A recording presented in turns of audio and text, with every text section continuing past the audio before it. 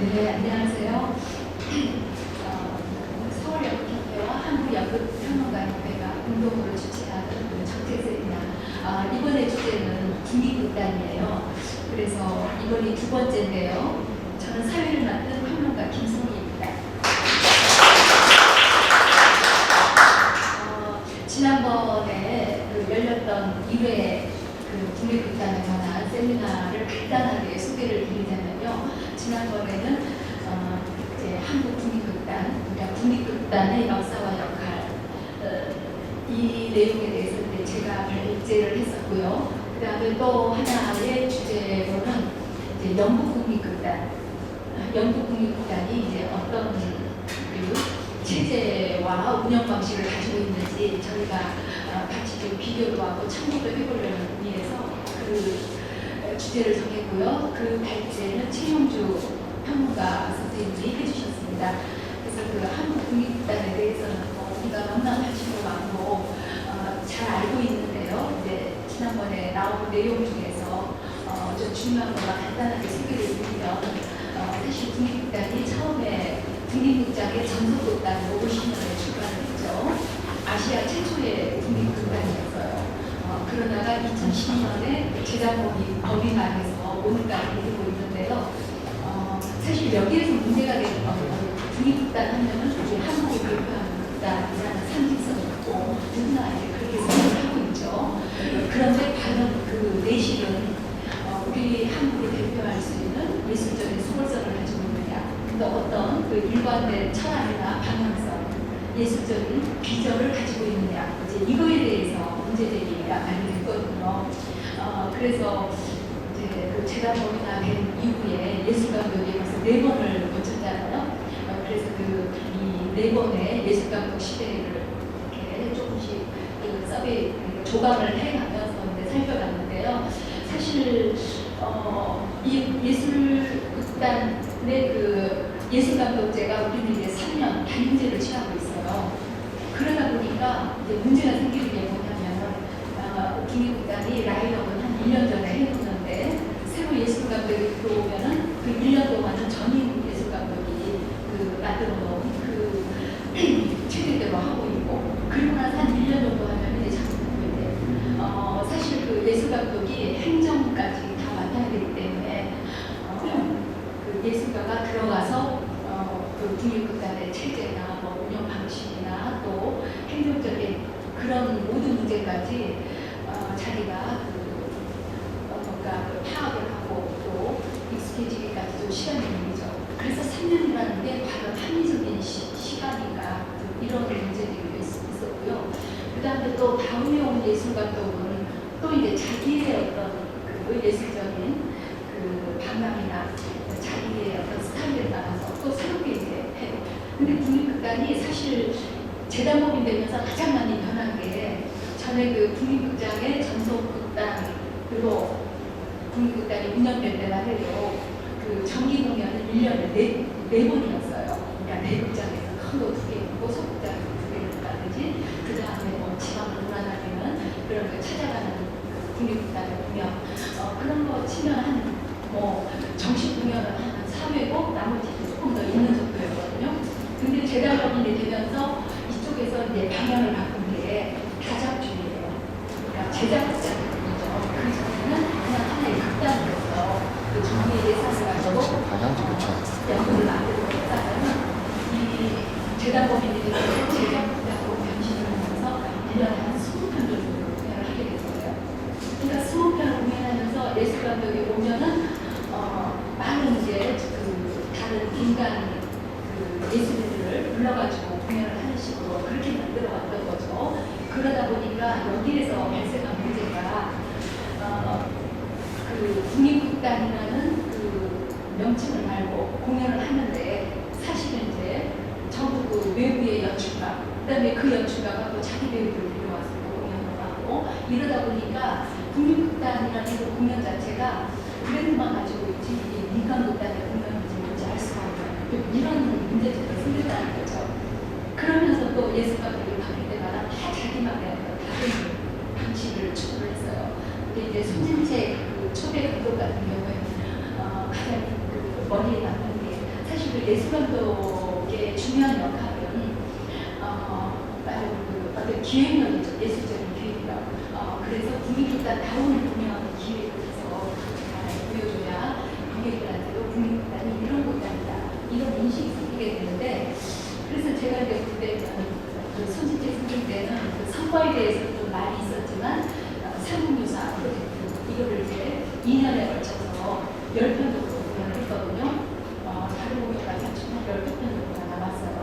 그러니까 성과는 약간 미흡할지라도 어쨌든 우리 그 전통의 어떤 서사나 그 전통 문화를 소재로 해서 탐밀적으로 합니다. 굉장히 그 국립극단으로서는 야심차고 바람직한 기획이었다고 생각을 해요. 그리고 그 다음에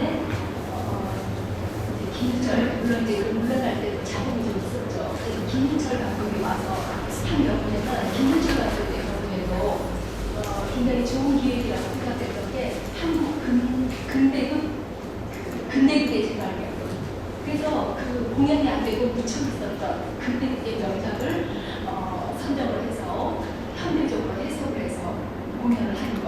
이거는 굉장히 그 바람직한 기획이었다고 생각해요. 그리고 그 다음에 또 한민족 디아스포라전 해서 그리고 한국의 작가들이 쓴 작품들을 이제 여기서 한 5편 정도 시리즈로 공연했죠. 그러니까 이런 기획들이 좀 필요한 게 아닌가 생각을 했고요. 그 다음에 이성열 감독 때는 이때는 사실 그 코로나 때문에 제대로 그 공연 활동을 좀 보여주지 못했던 시기고요. 이때 이제 대도한 것은 그 온라인 극장이죠. 맞아, 그 대면 연극이 이렇게 온라인으로 들어가면서 어떻게 그 테크놀로지와 그 다음에 그 연극성을 개발해 나가느냐 이런 어떤 과제가 주어졌던 때인 것 같고요. 그 다음에 이제 김광보 감독 23년까지 물러나셨는데, 어쨌든 김광보 감독의 경우에는 굉장히 젊은 연극인에 대한 배려를 너무 많이 하셨던 것 같아요. 그래서 이분은 이제 인터뷰 때부터 기회의 분포를 주겠다. 그러니까 그 많은 젊은 연극인들이 사실 이 국립극단이 가지고 있는 그 극장이 연극예술극장이고 또 서계동에 극장이 2개가 있고 이런 전용 극장이 있었는데, 이 연극예술극장이나 백성이 정면극장 같이 큰 극장에서 공연을 만들어 볼 수 있는 경험을 주겠다 이런 생각을 해서 굉장히 젊은 연출가들한테 기회를 많이 줬어요. 이것까지는 참 좋죠. 참가자를 배려하는 거니까. 그런데 이 과정에서 문제가 되는 게 관객이에요. 관객이 볼 때는 너무 그만한 그 극장에 맞지 않는 공연 또는 그만한 영향이 안 되는 이런 공연을 보게 되는 이런 문제들이 좀 있었던 것 같습니다. 비판적으로 그랬는데 그런 부분들을 얘기할 수가 있고요. 그리고 이제 지금 임기가 끝났는데 우리는 지금도 예술가들이 누군지를 몰라요. 아직 있는 것 같아요.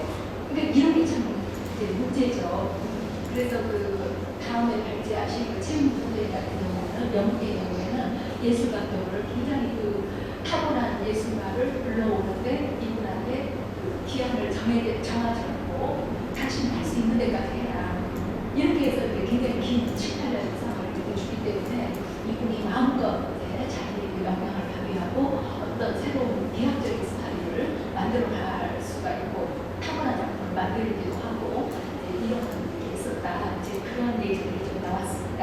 그래서 오늘은 이제 이 국립극단이 우리 그 운영 방식이 국립극단의 공연이 뭔가 우리가 기억할 수 있는 아주 한국을 대표하는 뛰어난 작품, 세계적인 이름을 가진다고 이런 것들 몇 개 뽑기가 쉽지 않거든요. 주시고와 같이 그 상절 레퍼런스 이런 그 몇 편의 그 수록도 있지만 참 그 역사에 비해서 너무나 적은 거죠, 수가. 그래서 이제 외국의 우수한 그 국공립극단에서 어떤 식으로 운영을 하고 있는가 이거를 보기 위해서 시리즈로 이제 해놨는데요. 오늘 이제 독일과 프랑스의 연구를 듣겠습니다. 네, 그럼 저는 이제 여기까지 얘기하고요. 네, 그래서 장우 선생님이 독일어권 공공극장의 제도전 장치와 지원 시스템, 그 다음에 정혜란 선생님이 프랑스 오메리아 프랑세즈 운영 시스템, 그 다음에 서역 측에서 준비한 거, 자료 리서치, 국립극단이 이렇게 이런 순서로 발제를 해주시겠습니다. 그러면 먼저 장훈 선생님의 발제를 기대하죠.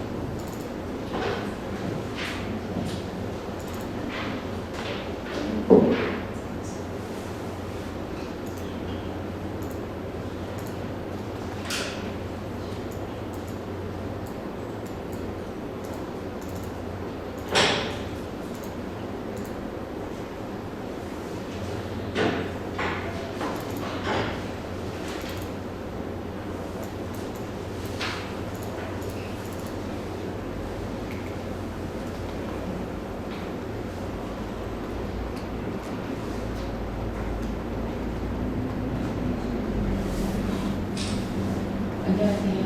방송 소개받은 영국평론가 지금 평론가 선생님들 많이 오셔서 너무 반갑고요. 오랫동안 못 뵈었었는데 이 자리에서 이렇게 현장에 계신 선생님들하고 영국평론가 선생님들 같이 하셔서 우리 공공극장의 미래를 연구하고 고민해보는 시간 가지면서 너무 반갑고 저희 공공극장의 예를 통해서 일조할 수 있고 너무 긴장해서 중간에 나가면서 사실 일조까지는 아니고 그냥 논의의 그런 어떤 모아서 그런 것들을 제공하고자 오늘 준비를 좀 해봤습니다. 부족한 점이 있더라도 선생님들께서 조금 더 얘기해 주시면 제가 그 중에서 우리 연극 한 번지에 같이 발표를 하도록 그렇게 하겠습니다. 네, 지금 띄워놓은 거는요, 지금 그렇지 않아도 여기 학생하고 같이 논의를 해봤는데, 요거를 조금 더 표시를 하면서 보면 좋을 것 같은데, 몇 개의 그림을 먼저 보고, 그리고 우선 제가 써온 발제품을 간단하게 읽도록 하겠습니다. 그리고 시간이 20분으로 한정되어 있는데, 제가 집에서 읽어보니까 30분도 넘게 걸려요. 그래서 30분 정도는 할애를 해주시면 안 될까요? 재밌게 하시면 재밌게 하시면 알겠습니다. 시간 죽을 알죠? 재밌게 하도록 드리겠습니다. 네, 벌써 웃으셨어요, 여러분들이. 그래서 아이스브레이킹 좀 될 것 같고요. 사실 이 독일 극장 협회 통계를 제가 맨 처음에 올려놓은 거는 저 평소에 이런 거 잘 못하거든요. 근데 제가 가만히 생각을 해보니까 가장 우리 연극계에서 중요한 게 기획입니다. 기획과 홍보 그리고 아카이빙. 그래서 우리 연극 평론가들이 앞으로 주력해서 해야 될 것도 아카이빙 작업이라고 생각을 해서 제가 한국연극협회에서도 아카이빙 했더니 정말로 아카이빙을 지금 추천하고 계셔서 많이 여러 번 얘기하면은 다 필요구나 하는 희망을 갖게 됐습니다. 이 작업도 우리가 하는 작업도 그런 어떤 여러 번 같이 얘기하다 보면 현장에서도 같이 공론화돼서 우리가 같이 함께 힘을 모아서 이 나라의 문화를 조금 더 개선하고 바꿔나가는 쪽으로 협조를 하지 않을까 싶습니다. 네, 지금 보시는 거는 전부 독일어로 써 있어서 제가 이거를 번역하기에는 글자가 너무 많아서 어려움이 있었어요. 그래서 그런데 순서만 보셔도 사실 충분히 이해가 가는 게 다행히 빨간색이 한 번 딱 떴는데 137이라고 써 있습니다. 이 137이라는 거는 이 독일 애들이 잘하는 게 스타티스틱이라서 통계를 잘해요. 그래서 사실 24년 1월에 지금 바로 떴어요. 제가 준비하는 과정에서 저는 사실 준비를 20년하고 21년 시즌 거를 준비를 했는데 21년, 22년께 엊그제 떴어요. 그래서 그걸 지금 갈아치우는데 20년 거는 아직 팬데믹이 작동을 하던 시기라서 숫자가 훨씬 작았어요. 지금 보시다시피 137 아래쪽에 132라고 되어 있습니다. 숫자가 팬데믹 기간 동안은 지금 이 공연장 숫자가 점점 줄었었는데 다시 회복기에 돌아가고 있음을 여기서 알 수가 있습니다. 이 137이라는 숫자는 일반적으로 요즘에 독일 극장에 대한 관심들이 조금 높아진 것 같아요. 그래서 통계 수치가 많이 나오고 있거든요. 그런데 기본적으로 나오는 게 뭐냐면 독일 공공극장, 국공립극장의 숫자는 140개다라고 되어 있어요. 책들에도 11년 만에 나온 책들에 독일에서도 이 책이 나왔는데 그러니까 애니지먼트 책이 나오거든요. 그때 그 슈리 선생님이 쓴 매니지먼트 책이 가장 추천할 만하고 거기 정말 140개가 있었어요. 그래서 그 정확한 숫자는 매번 바뀌기 때문에 이 정도 선에서 출발을 하는 것 같고 그리고 첫 페이지에서 하는 거는 제가 안 읽을 건데 왜냐하면 그 숫자를 기본으로 제가 질문을 하고 있어요. 그래서 그 질문을 제가 설명함에 여러분들께 여쭤보시는 거예요. 우리가 지난번에 로열 내셔널 센터에 대해서 이 NT 국립극장에서 우리가 국립극장을 하겠고 프랑스의 국립극장은 여기 오늘 이제 저를 발표해 주신 김연아 선생님께서 코미디 프랑세스를 비롯해서 5개의 국립극장이 있다고 저도 소문 들어서 알고 있거든요. 그래서 국립극장 이런 거 내놓는 것들이 있는데 각 나라마다 우리나라에도 남산의 국립극장이 있고 그런데 독일의 국립극장은 그럼 어디에 있을까요? 미리 읽어보시는 분 얘기하지 마시고 지금 아직 안 읽어보신 분 대답을 추측해서 해주시면 어떨까요? 독일 극장 하면 생각나는 거 있어요. 우리나라에 와서 뭐 필립도 공연한 데도 있고 뭐 여러 군데에서 돌아다니는 극장들이 있는데 그 독일 극장들도 왕왕 왔었는데 제가 보기에 가장 독일 국립극장스러운 극장이 제일 마지막에 오지 않았나 하는 제 개인적인 생각이 있는데 독일 국립극장은 어디 있어요? 베를린. 네. 베를린에 있으면 딱 좋겠는데요. 네. 지방에 있어요. 함부르크. 다 맞습니다. 다 맞아요. 지금 말씀하신 게 다 맞아요. 왜 그럴까요? 독일의 국립극장이 수도 없이 있습니다. 독일의 그러니까 우리 경상도, 남북도, 뭐 전라남북도처럼 독일에도 주가 있어요. 랜더, 나스란트라고 하고 랜더라고 하는데 16개 주가 있거든요. 독일에 있어서는 11개였는데 동독에 5개 주가 신주로 판들해서 그래서 총 합쳐서 16개가 있고 그 16개 각 주에 있는 그 주립극장이 국립극장인가? 왜냐하면 각 주에도 국립극장이 그리고 그 걔네들의 이름은 란데스테아터, 란데스부르겐, 슈타츠테아터, 나츠발테아터 각기 자기가 원하는 대로 다 붙여놨어요. 그런데 전문 공식적인 그 형태로는 현재로는 주립극장. 그런데도 재미있는 것은 베를린은 수도이기도 하지만 통일 독일의 수도이기도 하지만 베를린은 주예요. 그러니까 그만큼 큰 거죠. 지금 김포를 서울에 편입시켜서 아마도 우리도 서울 동가되지 않을까 그런 생각이 있는데 저는 솔직히 이렇게 경기도 죽는다고 해서 서울 부리는 게 맞는지에 대해서도 잠깐 고민을 해봐야 될 것 같은데 어찌됐든 독일은 그래서 수도 없지 않아요. 국립극장이. 그래서 저는 사실 숫자를 세기를 포기했습니다. 그리고 더 재미있는 거는 아무도 자기가 국립극장이라고 주장하지 않습니다. 내가 독일의 국립극장이라고 말하는 극장은 하나도 없어요. 왜요? 그것도 중요하지 않아요. 왜냐하면 우리는 중세 시대부터 300개의 영주국가로 이루어져 있었어요. 300개. 16개가 아니라 300개의 군주국가로 이루어져 있어요. 근데 제국들이 다스리는 자치국가였어요. 그러다 보니 각 영주들이 자기의 극장을 가지고 있었어요. 그리고 그 잔재가 지금까지 남아있어서 일본 시대부터 정해져 내려오는 아주 오래된 작은 극장이 있고요. 그러나 이제 조금 뒤에 가서 보면 그 역사를 조금 제가 생각해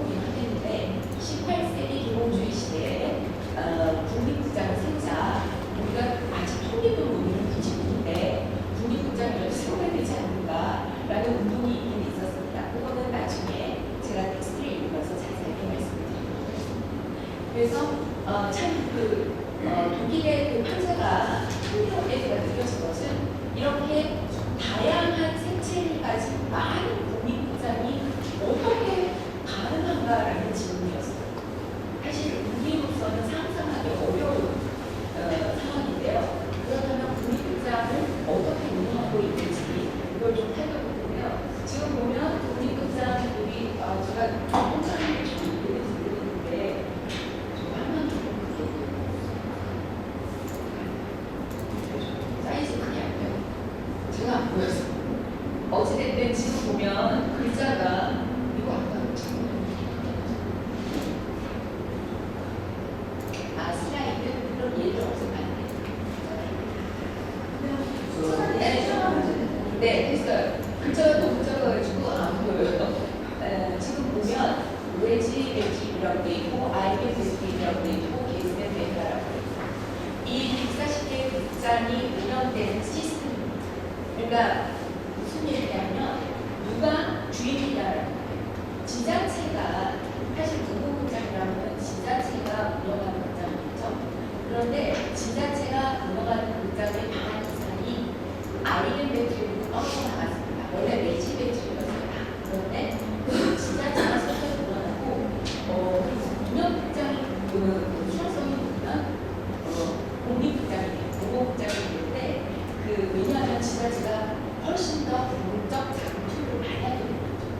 전반적으로 국공립극장은 지자체에서 반반을 어느 지자체가 반반을 하면 아까 말씀드렸듯이 소리 잘 들리시나요? 네, 주립극장이라고 얘기했잖아요. 그러면은 주에서 시립극장이면 시에서 반을 부담해요. 40 몇 %예요. 그리고 그 다음에 뭐냐면 코뮤네라고 있어요. 코뮤네는 뭐냐면 그 극장이 있는 동네, 그러니까 훨씬 더 작은 지역구가 되겠죠. 거기에서도 40% 부담해요. 그러면 국가는 뭐 하나? 연방은 독일은 수많은 주가 모여서 이루어진 연방인데 연방은 뭐하냐? 전체적으로 잘 돌아갈 수 있도록 관리하고요. 연방은 거의 무리예요. 투자하는 게 지원금이 거의 무리해서 10%도 안 되는 것 같아요. 이 지금 40% 일이 다 합치면 90%가 없거든요. 그리고 그 다음에 기부도 많이 하는 거예요. 그러면 국가가 연방에서 부담해야 될 게 얼마 되지 않습니다. 그래서 어쨌든 이런 지자체 중심으로 간다는 걸 보여주고 싶었고, 제가 오늘 말씀드릴 내용은 이렇게 진행이 됐어요. 그래서 독일인에게 시민교양의 필수 요소가 극장인데 극장을 저는 팩토리라고 합니다. 그 이유를 나중에 말씀드릴 거고요. 팩토리 동시에 학교예요. 그래서 산업 연계 제가 볼 때는 그렇습니다. 그 다음에 연극기관은 대부분이 민간극장이라고 공공기관이라고 할 수밖에 없는데 민간기관을 공적기관과 상업적기관으로 나눠요. 우리가 대학로극장을 예술극장과 그 다음에 상업적 극장으로 나누듯이 공익에 기여할 수 있는 문학적 수호성이 있다고 생각하면 민간극장도 공익적 극장이라고 해요. 그래서 그 공익적 극장에는 민간극장이라는 공적 자금이 대거 투입됩니다. 그래서 샤오비네 같은 경우도 60% 이상을 지원해요. 샤오비네는 원래 민간극장이었어요. 율젠 슈리텐이라는 사람이 세운 민간극장이 베를린에 있는 샤오비네 여러분들 오스터마이어 때문에 그분 다 알고 계실 텐데, 그런데 샤오비네가 민간극장이라는 건 사실 상상하기 어렵죠. 워낙 공적 자금이 많이 투입되고 독일을 대표하는 극장이기 때문에. 그 다음에 또 그래서 아까 여처스타뿐만 아니라 샤오비네도 누가 얘기하시지 않았어요. 베를린 얘기하시잖아요. 베를린에는 10개 이상의 극장이 공적 극장이 있는데 이들 중에서 국립극장은 하나밖에 없어요. 그리고 나머지는 다 그냥 지자체에서 관리하고 주립극장이고 슈타츠테아터라는 이름을 붙이는 극장이 베를린에 딱 하나밖에 없어요. 그리고 슈타츠 오퍼가 있어요. 그리고 제가 또 말씀드리고 싶은 거는 극장 티켓을 사실 매출에 관여하지만 티켓이 정기 관람객 매매가 3분의 1을 차지해요. 그리고 일반 판매가 자료 판매가 한 3분의 1이고 학교하고 공공단체에 배포하는 게 또 3분의 1. 이거는 그냥 배포하는 건 아니죠. 지원금을 받거나 아니면은 단체에 할인을 하거나 뭐 이런 방식으로 하고요. 그런 세부 내용까지 오늘 발표될 것 같습니다. 그리고 제가 이제 중점적으로 말씀드릴 거는 4번이 되겠는데 레퍼토리 공연 제도예요. 레퍼토리 공연 제도는 레퍼토리 시스템은 반드시 앙상블을 전개합니다. 전속 극단이 있어야지만 저는 이 독일 일식의 레퍼토리 시스템이 가능하다고 생각합니다. 우리나라에서도 레퍼토리 시스템을 도입을 해야 된다고 얘기하고 계시지만 사실 불가능해요. 왜냐하면 앙상블이 없기 때문이죠. 심지어는 국립극단도 전속 극단이 없잖아요. 그러니까 단원이 없잖아요. 그러니까 국립극단은 있지만 전속 극단 단원이 없어요. 전속 극단 배우가 없고 전속 극단 스태프가 없는데 어떻게 레파토리 운영을 할 수가 있겠는가 라는 질문입니다. 그 레파토리에 대해서도 우리가 조금은 개념 정립을 다시 해야 될 것 같은데 이런 내용을 중심으로 지금 설명을 할 건데요. 너무 딱딱해질 것 같아서 잠깐 그림 좀 보도록 하겠습니다. 자, 제가 다른 베를린의 유명한 극장들 다 놔두고 샤우슈필하우스 모공을 먼저 보여드리는데요. 이거는 슈타츠테아터 국립극장 내셔널 시어터가 아니에요. 시립극장이에요. 그런데 모공은 또 재밌는 게 공업단지인 무르츠만에 있어요. 제가 모공을 갖고 깜짝 놀랐어요. 왜냐하면 다막 아무튼 자고 방산지대예요. 방산지. 그래서 이런 게 어떻게 이 샤우슈필하우스 모공 같은 게 있지? 라는 놀라움을 금치 못했는데 왜냐하면 그 클라우스 파이만이라는 유명한 그 연출가 때문에 저는 모공 얘기를 너무 많이 들었어요. 모공에서 공부를 하지 않았지만 지금 우리 드라마 학회나 한국 연극학회나 뭐 이런 데 보면 모공에서 공부하고 오신 분들이 꽤 많이 계세요. 다 어디서 공부했냐면 모공에서 공부했대요. 왜냐하면 모공이 조건이 좋아요. 공부하니까.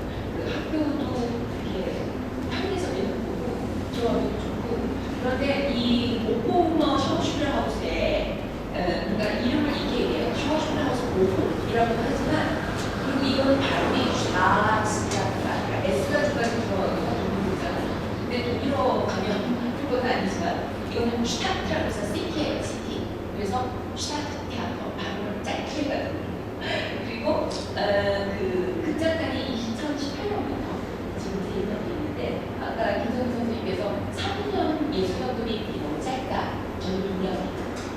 그 사실 어떤 극장의 예술적인 방향, 색깔, 스타일은 어떤 극단의 스타일은 예술 감독이 기획력을 가지고 정한다고 해도 과언이 아닌데 그것이 축적되려면 최소한 5년 이상은 돼야 되고 연임이 가능해야 된다고 생각합니다. 다른 협회나 이런 데는 정치적인 곳이기 때문에 저는 연임은 좀 안 좋을 것 같은데 왜냐하면 돌아가면서도 하시겠죠. 근데 여기는 그게 아니에요. 돌아가면서 일 나눠먹기 하고 권력 나눠먹기 하는 데가 아니라 이학적으로 완성도 높은 수월성 높은 공연 작품을 만드는 곳이잖아요.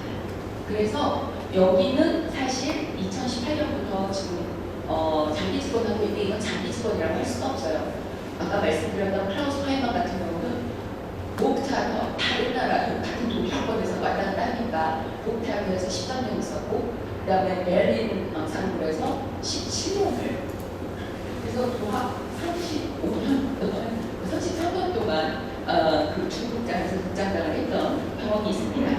공연장이 이게 시립극장인데도 공연장이 지금 3개가 있고요. 연습실과 청소년국이 여러 개가 있다는 건데 몇 개인지 저는 파악을 할 수는 없었습니다. 22년에 테아터 호이테지가 선정하는 올해의 극장, 매년 올해의 극장에 선정되면 이게 그 극장들의 가장 영예로운, 독일어권에서 가장 영예로운 행사이거든요. 그리고 역대 유명한 극장단은 페터 차데, 영어 셰익스피어 공연을 아주 유명한 사람이죠. 그 다음에 클라우스 파이만이 지금 보시다시피 8년 정도, 그 다음에 7년 이렇게 직원을 했었습니다. 그리고 극장의 또 특징은 뭐냐면 극장 앞에 광장이 크게 있다는 거예요. 그래서 그 큰 광장이 있는 극장은 사실 deutsch스테아터나 그 메린 앙상블 같은 경우는 공원이 그렇게 크지는 않아요. 그렇지만 어떤 극장이든지 광장이 있다. 그 다음에 베를린 앙상블하고 한국 샤우슈필하우스를 제가 여기다 갖다 놨는데 왜 갖다 놨냐면 둘 다 프루스틴이형 극장이고 약간 왕정 시대의 극장, 그러니까 옛날 극장의 모습을 그대로 지금 가지고 있어서 이게 이제 메인 홀인데요. 그래서 참 재밌는 보니까 왜 이 두 극장이 비슷할까를 생각해봤는데, 왜냐하면 멜빈 상들은 슈퍼워담에 있는 극장에 새를 들어서 있다가 나중에 그 극장을 아예 문화에 사버리거든요. 그래서 지금도 그 극장 건물을 로호크라는 다큐멘터리 작가의 소유예요. 그런데 극단은 그 요한 회사의 예세입니다. 요한 회사 주식회사로 운영이 되고 있고요. 그래서 극장과 극단의 소유주가 다른 특별한 경우인데, 함부르크 샤우슈필하우스는 좀 무서워 깊은 곳이긴 합니다. 그래서 함부르크에 대해서는 따로 말씀을 드릴 예정입니다.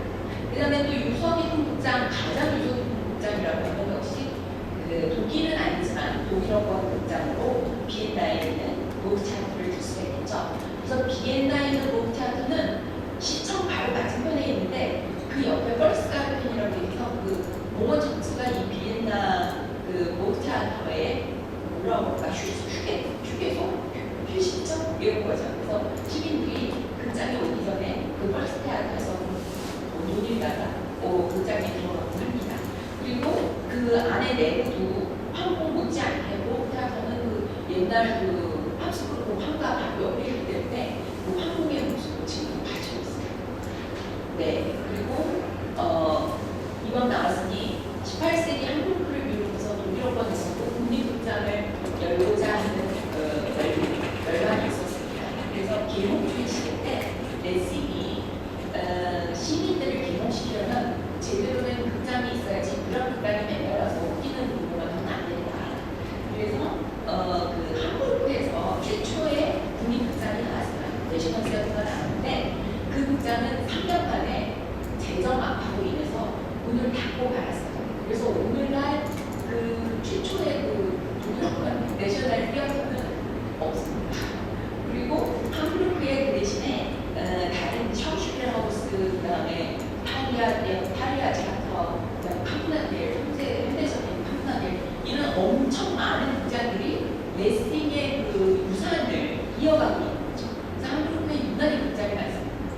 그리고 함부르크가 유난히 극장이 많은 이유는 한자 문맹이 글씨라서 누가 한국 시대는 엄청 불을 추적하는 것이에요. 그래서 시민, 우리가 18세기에 이제 시민이 불을 추적해서 권력을 쌓기 시작했는데 그때 엄청나게 많은 극장들이 생기면서 그 전통이 지금까지 이어지고 있다고 보죠.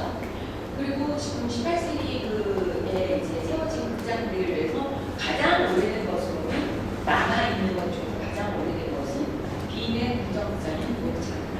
근데 재밌는 게 비엔나 오스트리아에 있으면서도 이 제목이 이 궁정극장의 이름이 원래는 터이체스, 옛날에 더이츠를 터이치라고 썼거든요. 그래서 터이체스 나토랄 재미있는 게 지금 남아있는 굳이 국립극장을 들라고 하면 비엔의 모트차트가 국립극장에서 있다는 게 넌센스죠. 그 다음에 마나임의 국립극장이 있어요. 그리고 아이마르 궁정극장이 1792년에 세워졌는데 최초의 극장장이 외교였어요. 그러니까 이때가 1791년이면 아직 모전주의가 본격화되기 전인 슈트루트 드랑 시대였거든요. 그래서 계몽주의를 이어서 그 다음에 슈트루트 드랑이 나오는데 지금 무료 시대라는 거죠. 괴테가 전국의 괴테를 썼던 그 시기인데 그때 사실은 실제로 그 연극인은 더 강력한 연극 로이버, 그 떼고전, 도적대를 쓴 쉬러니 그리고 쉬러야말로 저는 연극으로 대단하다고 생각을 하는데 만화임에서 출발을 해요. 쉬러가 그리고 나서 나중에 바이마르의 괴테를 만나서 둘이 독일 고전주의의 꽃을 피우게 되는데 이 독일 고전주의의 꽃을 피우는 것과 국립극장의 역사가 같이 간다는 것도 저는 재미있는 현상이라고 봤습니다. 그 다음에 최초로 지어졌지만 그 재정악화로 없어진 극장의 모습이 이렇습니다. 레슨이 만들었던 벤제마르크에 있는 극장이고요. 그래서 지금도 한국에 가면 레슨이 한가운데 광장에 앉아있고요. 그리고 그 독일이 자랑하는 며칠 나tional 대학교 바이마르에 독일의 대형로 2명이 사이좋게 서 있죠. 그래서 바이마르는 우리가 독일 가면 꼭 가봐야 되는 곳으로 얘기를 하는데 그래서 지금 왼쪽이 되니까 출발일까 맞춰보라고 학생들한테 얘기할 때도 그런 거 갖고 좀 부르는데 그렇습니다. 지금 그래서 1792년이니까 18세기예요. 그래서 독일에서는 18세기에 산업혁명은 안 하고 왜냐하면 독일은 산업혁명이 영국이나 프랑스보다 100년이나 늦어졌거든요. 그래서 독일은 후진국이에요. 나중에 나치가 나오게 되는 이유 중에 하나도 아마도 독일이 이런 후진국으로서의 컴플렉스를 극복하기 위한 게르만 정신을 살려서였다고 저는 그걸 얘기합니다. 그래서 독일이 후진국이었던 이유는 그러나 역설적으로 극장이 발전하게 되는데 결정적인 역할을 한다고 저는 생각해요. 그게 저의 이론인데 그래서 지금부터 그리고 그만 보고 지금부터 텍스트를 잠깐 읽어보도록 하겠습니다.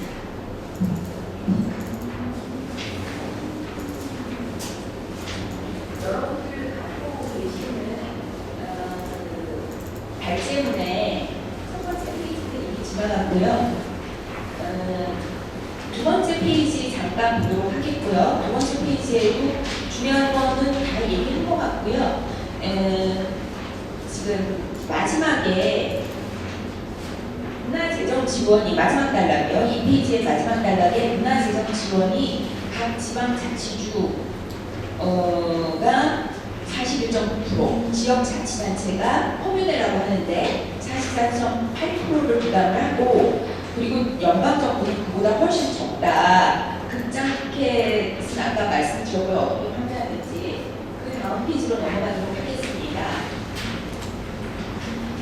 연방하고 주하고 지방이 총 지출의 약 0.2% 예산의 0.2%를 지금 이 극장들에 지원을 하는데요. 그 액수는 그러나 상당합니다. 이 독일이 정말 경제 대국이라는 걸 저는 0.2%밖에 안 들어가는데 20억 유로야? 라고 하고 깜짝 놀랐는데요. 이게 아마 프랑스하고 비교해도 이거는 월등하게 액수가 많은 거예요. 제가 잘 모르지만 왜냐하면 매덕도 굉장히 큰 돈이거든요. 매덕이고 2년 곱하기 1,450을 해야 되니까. 그래서 제가 계산을 해봤더니 2조 9천억 원인데 이게 맞는지 모르겠어요. 20조 아니기를 바라요.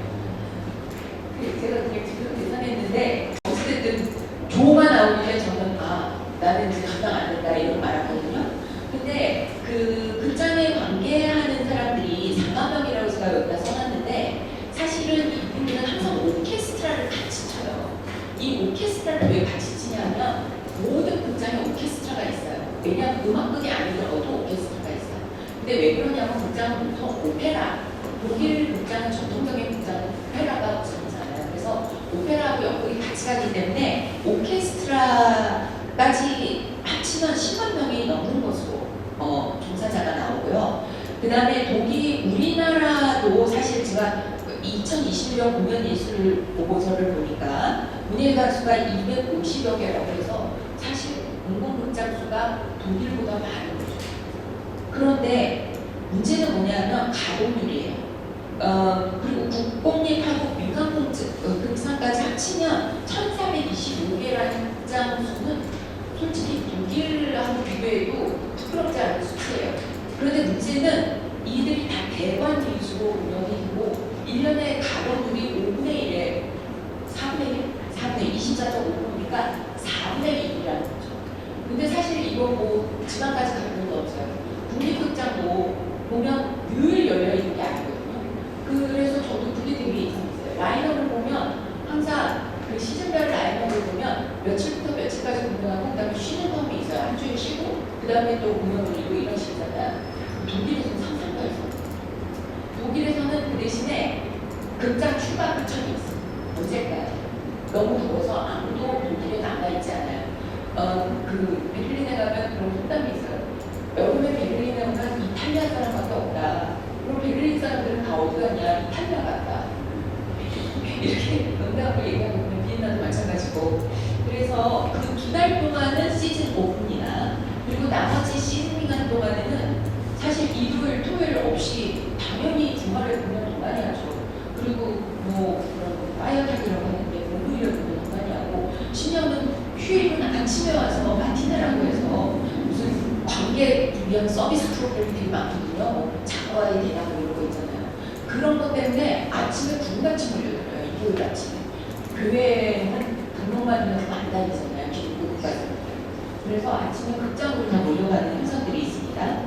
자, 너무 길어진 것 같으니까 속도를 조금 내야 될 것 같은데요. 그 국립극장 공격화되는 얘기를 조금 설명을 해보도록 하겠습니다.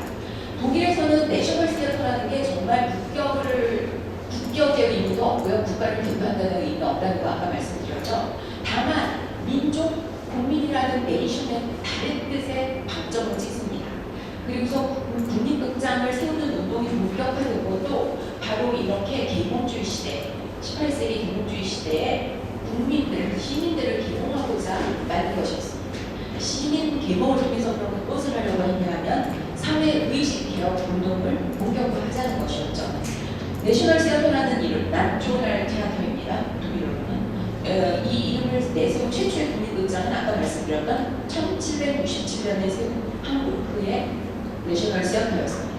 18세기 중반까지는 독일에서 오페라나 발레, 비극은 모두 귀족의 전유물이었고 일반 시민한테는 윤활극단의 즉흥극 정도만 허용이 되었습니다. 당시에 독일의 문화예술은 프랑스의 규범국 문화 프랑스하고 영국은 문화 선진국이었어요. 독일의 입장에서 이렇게.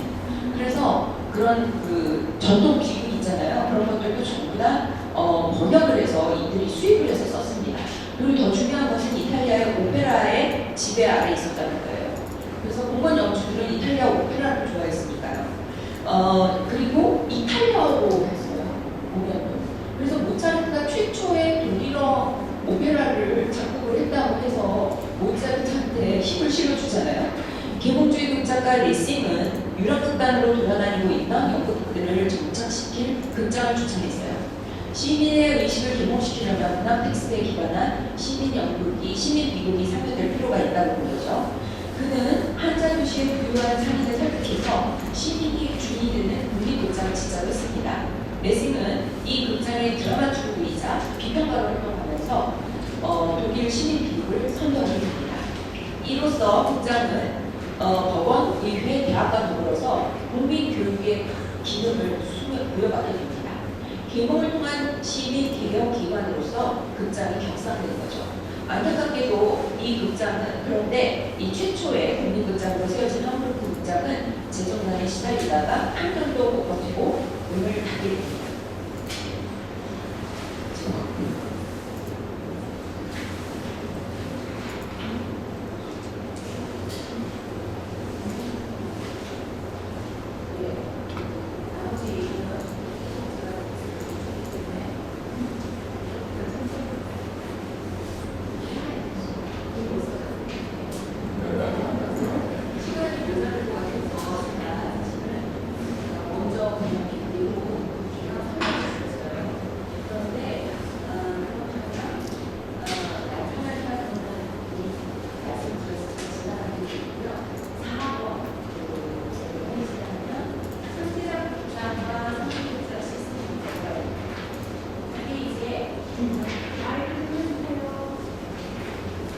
네, 감사합니다. 계몽주의 시대 때부터 독일에서 연극은 시민 교역의 필수 요소가 됩니다. 성공한 거죠. 레싱의 의도가 제대로 먹혀 들어갔어요. 따라서 극장은 학교와 마찬가지로 시민의 미적, 윤리적, 인성교육기관으로 시민의 평생교육기관으로 기능하는 공공재다. 아울러서 독일 극장의 공연 제작 시스템은 전 세계적으로 유례를 찾아볼 수 없는 제작 시스템을 갖추고 있다. 그것은 스테이지가 공장을 방불케 한다. 이런 생산 시스템의 기본은 앙상블을 비롯한 예술가들이 정규직으로 공부할 수 있게 만든 상주극단 체제이다.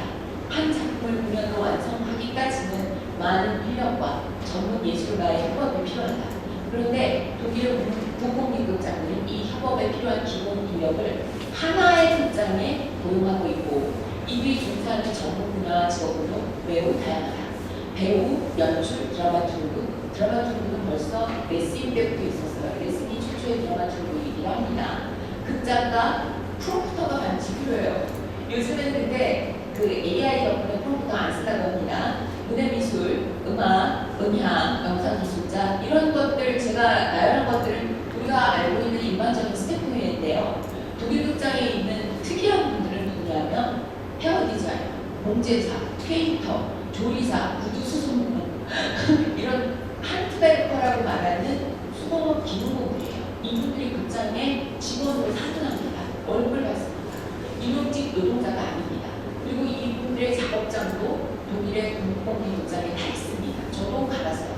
이거 잘 돼 있는 데가 어디냐면 빈네 보트야죠.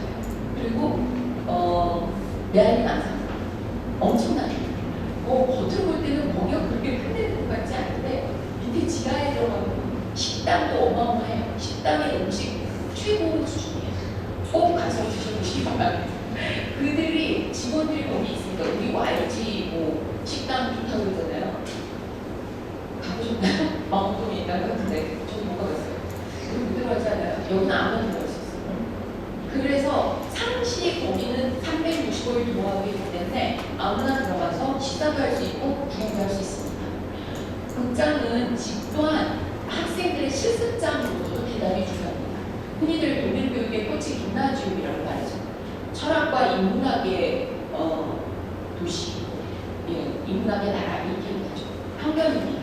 독일 교육의 기준은 인문 교육이 아니라 직업 교육이기 때문에 중세 시대부터 영주국은 수공업 중심의 경제 체제를 유지해왔습니다. 독일 산업화가 지지되었던 요인도 이 수공업자들이 영주국 체제를 유지해서 자기네들의 작업장이 경제의 중심이 되기를 바라기 때문입니다. 그래서 도제, 기능공, 마이스터로 이어지는 직업 교육 제도는 학교 산업을 잇는 산업 현장을 잇는 임원 체제로 이루어지는데 그래서 철학의 나라 독일은 철학의 나라라고 하는 독일은 사실 이 나라를 이끌어가는 산업 현장에는 수공업 기술자가 그 중심에 있습니다. 자, 그래서 지금 그 독일 사람들이 얼마나 이 독일의 극장과 오케스트라에 대해서 자부심이 있냐면요. 얘네들을 유네스코 무형문화재로 등재시켰어요.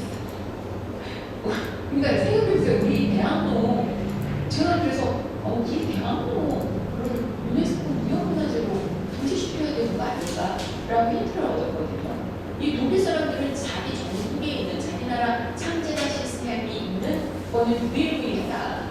세계에서 유일무이한 전국 규모로 이렇게 창제자 국립극장들이 있는 나라는 독일밖에 없다. 이런 자부심으로 유네스코 무형문화재를 등재 신청을 한 거거든요. 우리도 그런 자부심 가지고 신청할 만한 것들이 극장에 있지 않을까라고 생각하는 거죠. 자, 그러면 지금 사실은 제가 포인트를 잡은 것은 이 레파토리 시스템인데요. 우리 그 창제장 극장으로 팩토리가 있으니까 사실 매일같이 공연장에서 작품을 바꾸는 건 어렵지 않습니다. 그래서 제가 각 극장들이 얼마나 많은 인원을 상주시키고 있는지만 살펴봤어요. 그것만 말씀드리고 끝내야 될 것 같아요. 지금 시간이 너무 지체됐거든요. 그래서 나머지 말씀 못 드리는 것들은 어차피 테이프가 있으니까 읽어보시고 제가 집에서 이걸 쓰기 시작하면서 마지막에 계속 이어쓰기를 했는데 그 이어쓰기 한 마지막 부분만 말씀드릴게요. 도이체 스타터 베를린은 어쨌든 대표극장 중에 하나잖아요. 몇 명이 지금 전속돼 있냐 봤더니 앙상블이 36명에서 43명, 현재 43명이에요. 그 말은 배우가 43명, 월급 받는 배우가 43명 있다는 거예요. 그리고 객원 배우가 63명, 그리고 레파토리는 신작 30편, 전체 레파토리 60편. 우리나라 것도 제가 다 조사해왔는데 지금 못 보여드리니까 직접 말씀드리면 아까 이 김성희 선생님 말씀하신 대로 국립극단이 최근에 20편 올렸다고 굉장히 그 선발하고 얘기를 했는데 그 중에는 사실은 그 초청극이 많은 거죠. 초청 작품이 많은 거죠. 타극단들이 올 거잖아요. 직접 국립극단에서 그 연출을 데려다가 제작한 것도 있기는 하지만 다른 극단의 작품이기도 한 거잖아요. 그래서 초청 공연이 많은 게 이게 뭐 20편밖에 안 되는데 그것도 자체 제작이 아니고 왜냐하면 자체 단원이 앙상블이 없고 스태프가 뭐 절대적으로 부족하니까 그럴 수밖에 없어요. 제일 그 인원이 많은 곳은 규모가 큰 곳은 어디냐면 함부르크시고 저도 놀랐어요. 이거 조사하면서. 왜냐하면 제작 편수가 72편인데 신작이 14편이고 신작순이 좀 작아요. 그러니까 재공연되는 매년 그리고 제가 목욕탕으로 들어가서 보니까 10 2015년부터 돌아가는 작품도 여전히 레퍼토리에 올라와 있더라고요. 그러니까 굉장히 장기 공연을 하는 거죠.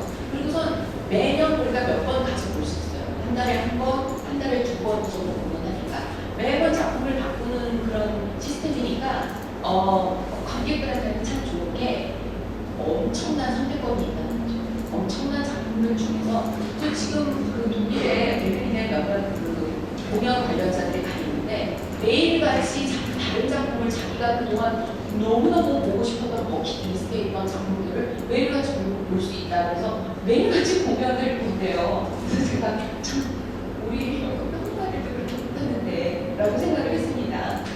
그리고 재미있는 것은 지금 너치스트라서 베를린이 공동지역이라 사실 굉장히 좀 뭐라 그럴까 경직된 구조였거든요. 근데 거짓말했어요. 뭘 보고 알았냐면 지금 이리스 라우펜베르크라고 하는 예술 감독을 작년 시즌부터 고용했습니다. 여성이 최초로 예술 감독을 뽑은 경우입니다.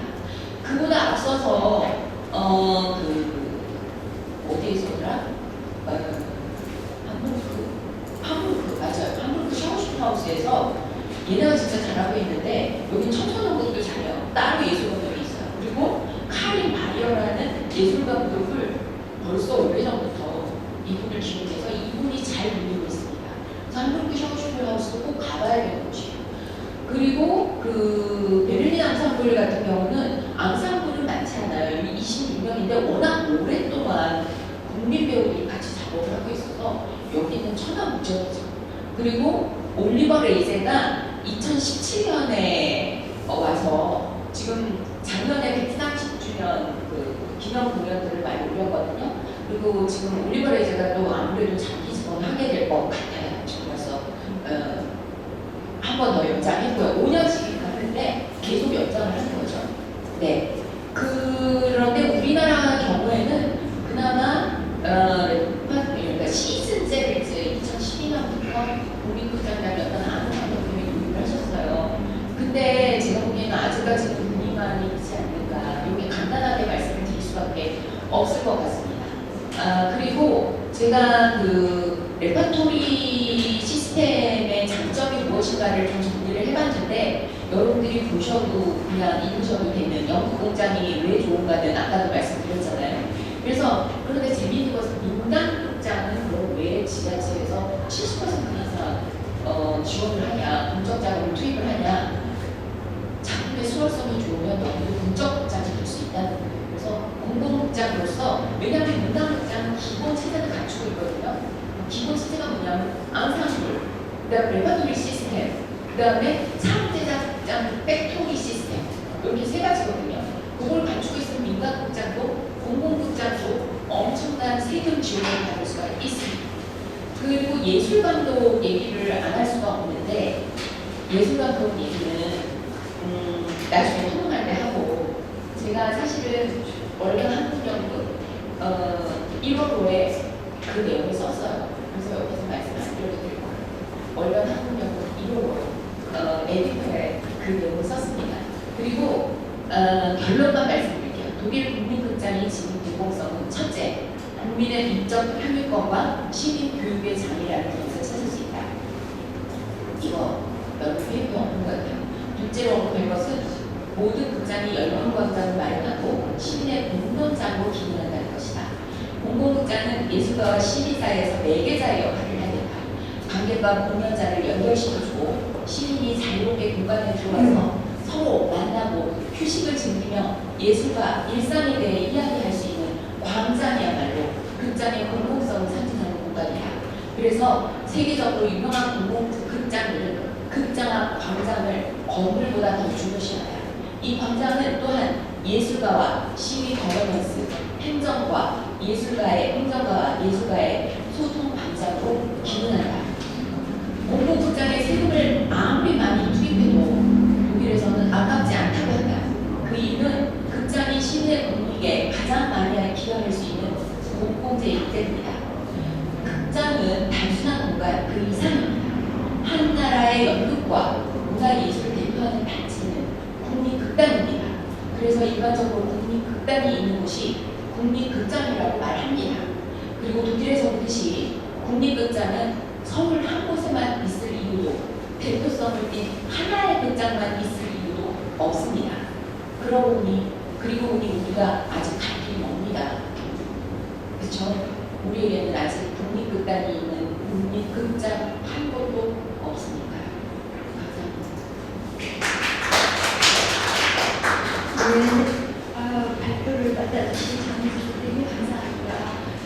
우리 연구에 대해서 굉장한 애정을 가지고 이렇게 다양한 국립극단들에 대해서 발표를 해주셨고요. 네, 그리고 이제 그 질문이 이제 많이 있을 거라고 생각이 되는데 그건 나중에 종합 토론 시간에 이제 질문을 드리기로 하고요. 그다음 두 번째로는 정혜란 선생님의 발제가 있겠습니다. 프랑스 국립극장에 대해서 발제입니다.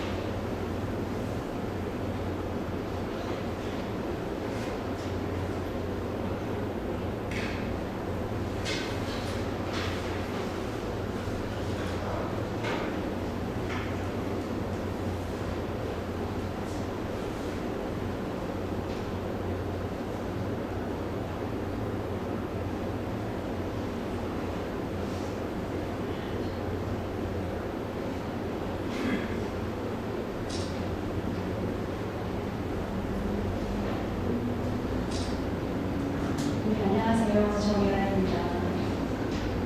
저는 오늘 프랑스 국립극장에서 프랑스의 공공극장에 대한 의미도 잠깐 보고, 그리고 이제 코미디 프랑세스라고 가장 우리가 잘 알려진 대표적인 국립극장의 운영 시스템에 대해서 자세히 보겠습니다.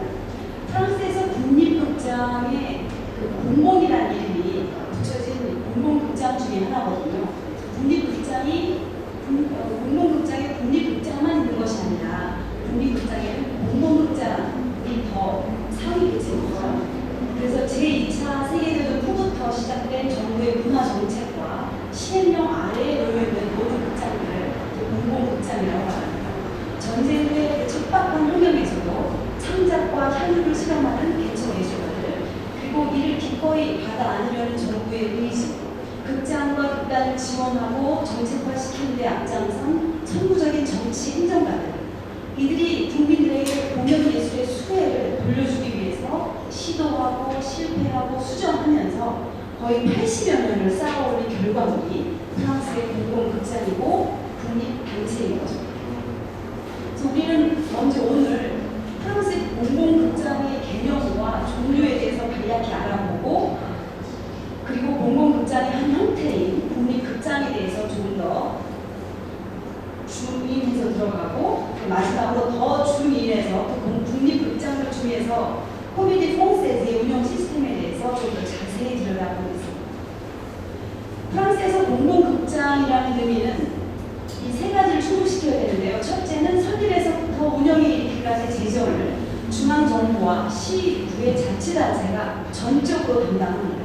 그리고 두 번째는 수도뿐만 아니라 그 수도 중심에서 벗어나서 지방 분권하고 그 지역에 맞는 작품을 배급하고, 셋째는 저렴한 입장료와 다양한 행사를 통해서 국민들이 문화예술의 혜택을 균등하게 받도록 하는 그런 역할이 주어진 극장입니다. 전문 연극을 위한 극장으로서 중앙정부의 재원이 직접 투여되는 공공극장은 프랑스의 세 가지 형태의 이름으로 존재합니다. 국립극장, 우리가 알고 있는 테아트르 나시오날, 국립연극센터, 이것도 극장이에요. 그런데 이름이 센터 드라마티크 나시오날.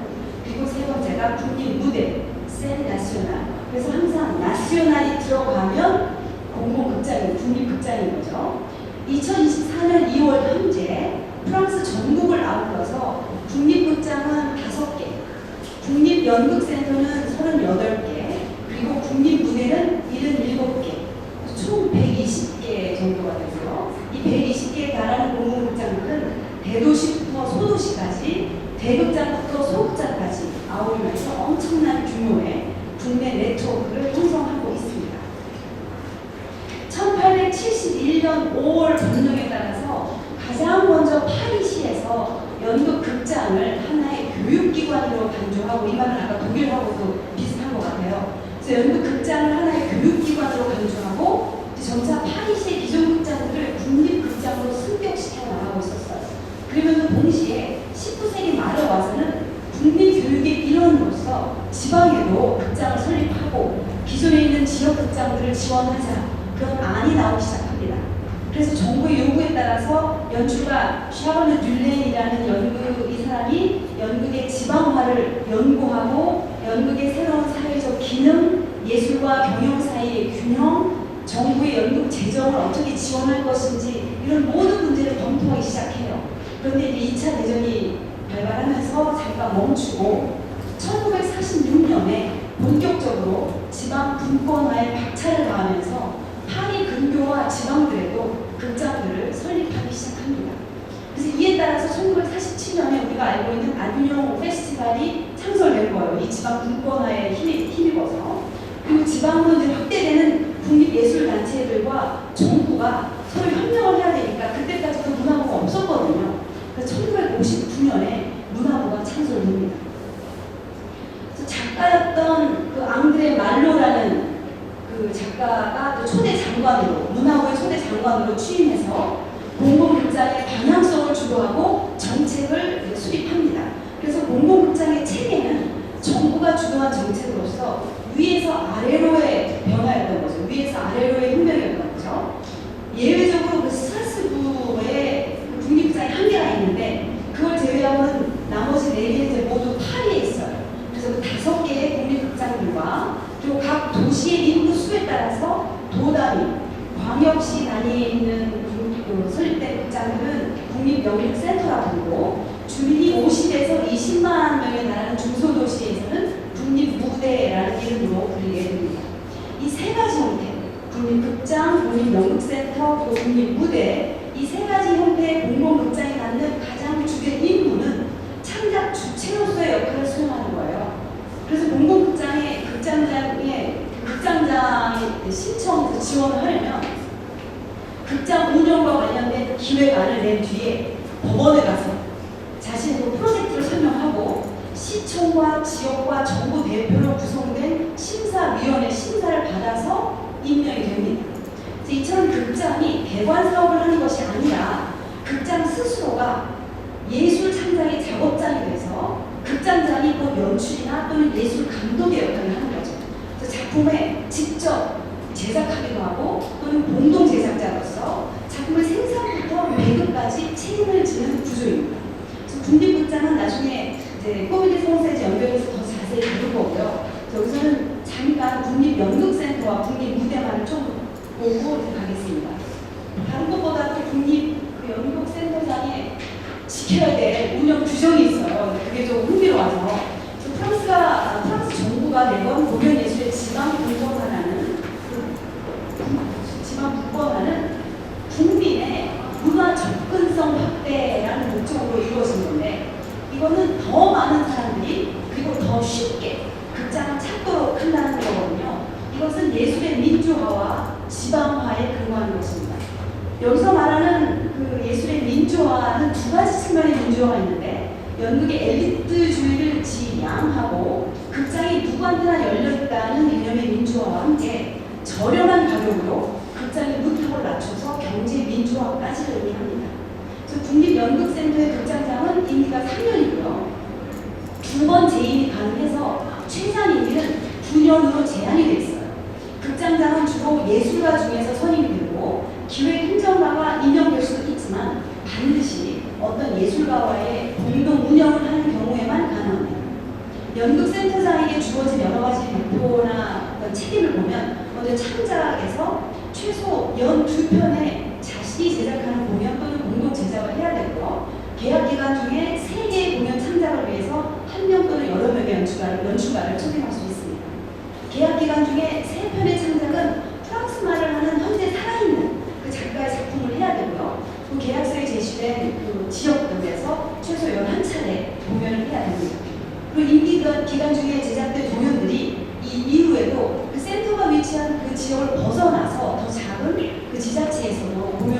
30회 이상은 할 수 있도록 보장을 해야 합니다. 공연 예술가의 지원에서는 가능한 최소 배우들과 계약할 때는 6개월 이상 배우 계약을 해야 되고, 또 센터장이 이끄는 팀이 있어서 자기가 데리고 온 배우들에게 출연진에게 월급을 줄 때는 그 출연진이 전체의 3분의 1을 넘어서는 안 되는 거죠. 그리고 지역 활동에서도 최소 공연 횟수를 계약 체결할 때부터 명시를 해요. 그래서 주로 240회라고 합니다. 그래서 계산을 해보니까 3년 임기라고 했을 때 한 달에 6회 정도가 된다고 해서 그렇게 부담스러운 횟수는 아니다. 그리고 연극을 소개하는 활동에서 결국 교육하는, 연극을 교육하는 그런 책임까지 있습니다. 그리고 고용할 때는 상근 예술가와 기술자 행정팀을 구성해서 고용을 해야 됩니다. 그래서 이 배우만 고용하거나 기술자만 고용할 수가 없는 거죠. 그것의 경영 원칙에서 나오는데 행정 기술 비용이 예산의 50%를 넘어서는 안 돼요. 그러니까 배우에게도 반드시 40% 내지 50%의 예산이 가야 된다는 거죠. 그리고 입장 수익은 전체 예산의 20%를 마련해야 됩니다. 그래서 어느 정도 대중성으로 생각을 해야 된다. 그리고 관객에서 보면 센터장은 민간 극단이나 국립무대가 제작하는 공연을 1년에 최소 5편을 초청을 해야 되는데 그 중에 최소 1편은 어린이나 청소년 대상의 공연이 되어야 합니다. 그래서 어린이들 교육적인 측면도 있는 거죠. 그리고 비연극적인 공연을 할 수도 있는데 그런 경우에는 10% 이상에 지출할 수밖에 없다. 이런 규정들이 있어요. 꼭 지켜야 되는 규정이죠. 그리고 국립연극센터의 예산을 보면 2006년에 예를 들면 전체 예산은 이제 제 원고에는 유로로 다 썼지만 한화로 보면 60억 8천만 원 정도예요. 그러니까 독일의 몇 조에 비하면 여기는 아주 약한 거죠. 우리나라보다는 많지만 예산 확보의 비율을 살펴보면 중앙정부 지원이 40.9% 막대하죠. 그리고 지역의 공공 지원이 30.1%, 순수 입장료 수익이 한 20.9%, 기타 수입이 6.1% 정도를 되고 있습니다. 여기서 그 공공 지원만을 또 다시 보면 중앙정부가 57.1%, 그리고 시가 27.4%, 광역자치단체가 6.1%, 도가 9.1%로 서로 나누어서 함께 여기로 지출하고 있습니다. 좀 지출 내역을 또 정리했을 때 50%가 이제 주로 공연 활동을 하는데 사용되고 31%가 급여, 인건비, 15%가 기술과 기능 비용, 기타가 4% 정도 이렇게 되고 있습니다. 그래서 예를 들면 이렇게 우리가 잘 알고 와인 때문에 유명한 보르도 그 지역에 가면 거기 지역에 있는 극장이 있는 거예요. 국립극장이. 그래서 거기를 방문을 했더니 거기에는 테아터 나시오날 보르도라고 국립극장이라고 써 있어요. 그런데 제가 그 프랑스 문화부에 들어갔더니 이 보르도는 밑에 센터 드라마티크 나시오날에서 국립연극센터로 분류가 되어 있는 거죠. 그래서 그 파리에만 있지 않으면 아무리 큰 대규모의 국립극장이어도 정부 중앙정부에서는 국립연극센터로 분류한다는 거죠. 그래서 지도를 보면 아까 독일은 여러 군데 많다고 했는데 우리나라보다 많지만 어쨌든 프랑스도 전국에 저렇게 국립연극센터와 국립무대들이 전국적으로 엄청나게 분포되어 있어요. 그래서 이제 우리가 공공극장에서 국립극장으로 잠깐 돌아오면 프랑스 공공극장의 형태로서 가장 큰 규모가 국립극장이죠. 그래서 국립극장은 1995년부터 그 법인격이 상업적인 성격을 갖는 공공기관이라는 뜻의 에픽으로 구분이 됩니다. 이 말은 무슨 말이냐면 국립극장은 공무원에 의해서 운영될 수가 없고요. 프랑스 사법과 노동법에 적용을 받고 기관장과 회계상한 공법을 적용을 받고 준공무원급이 되고요. 다른 직원들은 기관에서 자유로운 법을 자율적으로 적용한다는 것을 의미합니다. 현재 프랑스에는 5개의 국립극장이 있어요. 코미디 프랑세스, 오데옹 국립극장, 샤리오 국립극장, 스트라스부르 국립극장, 그리고 폴린 국립극장. 이 중에 스트라스부르 국립극장을 제외하면 모두 파리에 집중이 되고, 그리고 코미디 프랑세스를 제외하고는 나머지 4개 국립극장은 그 해당 극장과 결합된 전속단체가 없습니다. 그래서 전속단체가 없는 이 4개의 국립극장들의 극장장이 새로 임명이 되어 오면 신임 극장장이 임기 동안에 함께 작업할 극단을 계약직으로 선정합니다. 그래서 극장장이 2인관계, 극장장이 물러나면 극단도 교체가 되는 거겠죠. 그런데 극장장이 연임할 수 있어요. 있거나 또 그 극단도 계약을 새로 유지를 하거나 또 다른 극단이 들어올 수도 있고요. 그런 유효성이 있어요. 선정된 극단은 계약 기간 동안에 해당 극장의 연습실도 사용할 수 있고 인력이나 재원도 사용할 수 있어서 필요한 창작의 환경을 안정적으로 제공받습니다. 또한 공연 이외에도 가능한 문화예술 행사들을 창안하고 그래서 극장장과 함께 그런 여타 행사도 주최하기도 합니다. 국립극장의 개념은 연극 공연만을 위한 공간이 아니라 복합 문화 공간으로서 존재하기 때문에 1년의 그 프로그램 분위기를 미리 계획을 하죠. 그래서 이런 그 계획을 하고 실행해 나가는 그런 주체인 거죠. 그래서 이 극장장과 극장과 극단 이 3자가 유연하게 협업하는 구조로서 무엇보다 극단의 그 창조성을 유지하면서 동시에 그 해당 극장과 그 커뮤니티에 새로운 생명력을 불어넣어주는 구조로 이렇게 결론이 지어졌다고 봐요. 여러 가지 시도를 하다가. 그리고 이제 그 코미디 성세는 나중에 볼 거니까 그 오대원 국립극장 잠깐 보면 제2의 국립극장이라고 불리는 오대원 국립극장의 창설은 1782년에 되었다가 1879년에 국립극장으로 승격이 되거든요. 그리고 유럽 이 오대원 국립극장은 다른 말로 유럽 극장이라고도 불려요. 왜냐하면 이 유럽과 프랑스의 예술적인 교류를 주로 담당한 극장이기 때문이에요. 그래서 프랑스의 연극을 다른 유럽 지역에 소개도 하고 또 이 다른 지역의 유럽 지역에 있는 연극들을 여기 오대원 극장에서 초청을 해서 같이 공연하기도 합니다. 그리고 이제 샤유 극장을 보면 그 전신이 우리가 잘 알고 있는 그 안녕 페스티벌을 창안한 그 장 빌라가 이끌었던 그 국립민중극장의 전신이에요. 그래서 대중적인 레파토리를 하는 걸로 유명했는데 2008년부터 이 샤이어 극장은 이제 무용 중심의 국립극장으로 변경했습니다. 더 이상 연극보다는 이제 무용을 만듭니다. 그리고 이 스트라스부에서 좀 얘기를 해야 되는데 유일하게 파리 이외에 있는 국립극장이 스트라스부에 한계가 있거든요. 그래서 그 이유를 제가 찾아봤더니 이 스트라스부의 그 국립극장의 지정학적 위치 때문이더라고요. 그 스트라스부라는 이 지역은 프랑스와 독일이 영토 점령 때문에 전쟁을 불사했던 곳이에요. 그래서 현재 지금은 그 라인강을 연결한 거기 다리에 가운데쯤에 흰 선을 그어서 뭐 니땅 내 땅 거의 영토의 개념이 희미했지만 이유 때문에 그렇지만 이 국경이 되는 지역에서는 항상 자국의 문화 영토를 공고히 하기 위해서 자국의 문화를 좀 전시하는 그런 측면이 있잖아요. 그래서 독일을 의식한 프랑스가 국경 지역인 스트라스부에 프랑스 문화를 이식하고자 했다. 그래서 이 국립극장을 파리가 아닌데도 불구하고 초기부터 설립을 해서 굉장히 활발한 연극 활동을 주도했다. 이렇게 이해를 할 수가 있겠어요. 그리고 또한 국립극장 중에서도 유일하게 국립연극학교를 갖추고 있어요. 이 스트라스부에는. 그래서 배우와 스태프를 자체 교육시킬 수 있어서 아주 풍부한 연극 인력이 항상 넘치는 곳이죠. 이 스트라스부에 있는 연극학교가 굉장히 수높은 수업들을 하는 곳으로 유명합니다. 그리고 마지막 폴리드 극장을 보면 이것도 가장 최근에 생겨난 극장 밖에 여기는 주로 컨템포러리 연극, 그래서 최근에 살아있는 작가들의 작품을 주로 올리고 그래서 지금 엄청 사회가 변하고 있으니까 전 세계가 변하고 있으니까 어떤 그 변화에 발맞추기 위해서 굉장히 빠르게 변하는 것 중에 한 곳이에요. 그래서 주로 이제 젊은 관객들을 유치하기 위해서 굉장히 주력하는 굉장히 가면 굉장히 핫한 느낌이 나는 그런 극장이에요.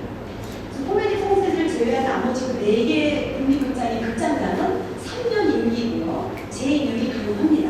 그리고 대통령이 임명을 하고 국립극장이기 때문에 예산의 전액을 문화부가 지원하는 기구가 되죠.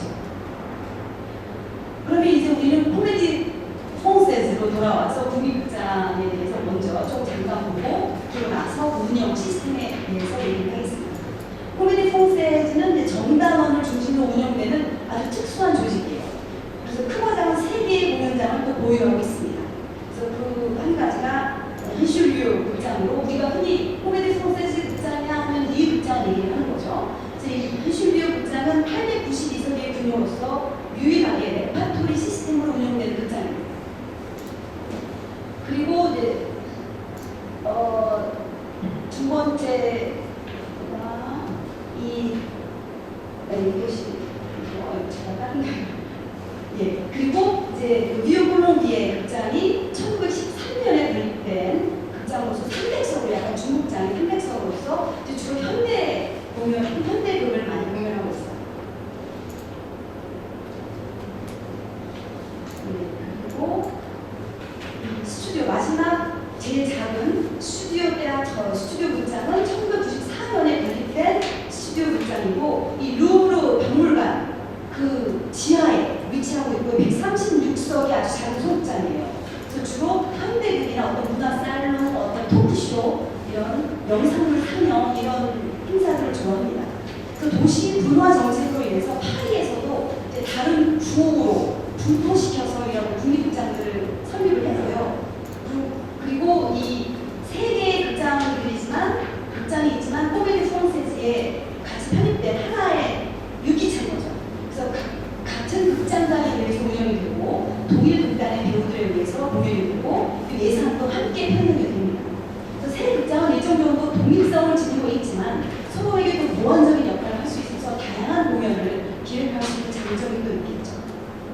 코미디 프랑세즈의 그 레파토리 시스템 특히 이제 리쇼리오 극장에서 하고 있는 그 레파토리 시스템을 좀 한눈에 보이시게 하면 어떻게 할까 생각해서 이 일정표를 좀 제가 만들어 왔어요. 지금 이것이 2023년 2월에 현재 그 코미디 프랑세즈에서 되고 있는 극장을 제가 표로 만들어 놨는데 일주일 안에 지금 오늘 2월 5일부터 되고 있는 거죠.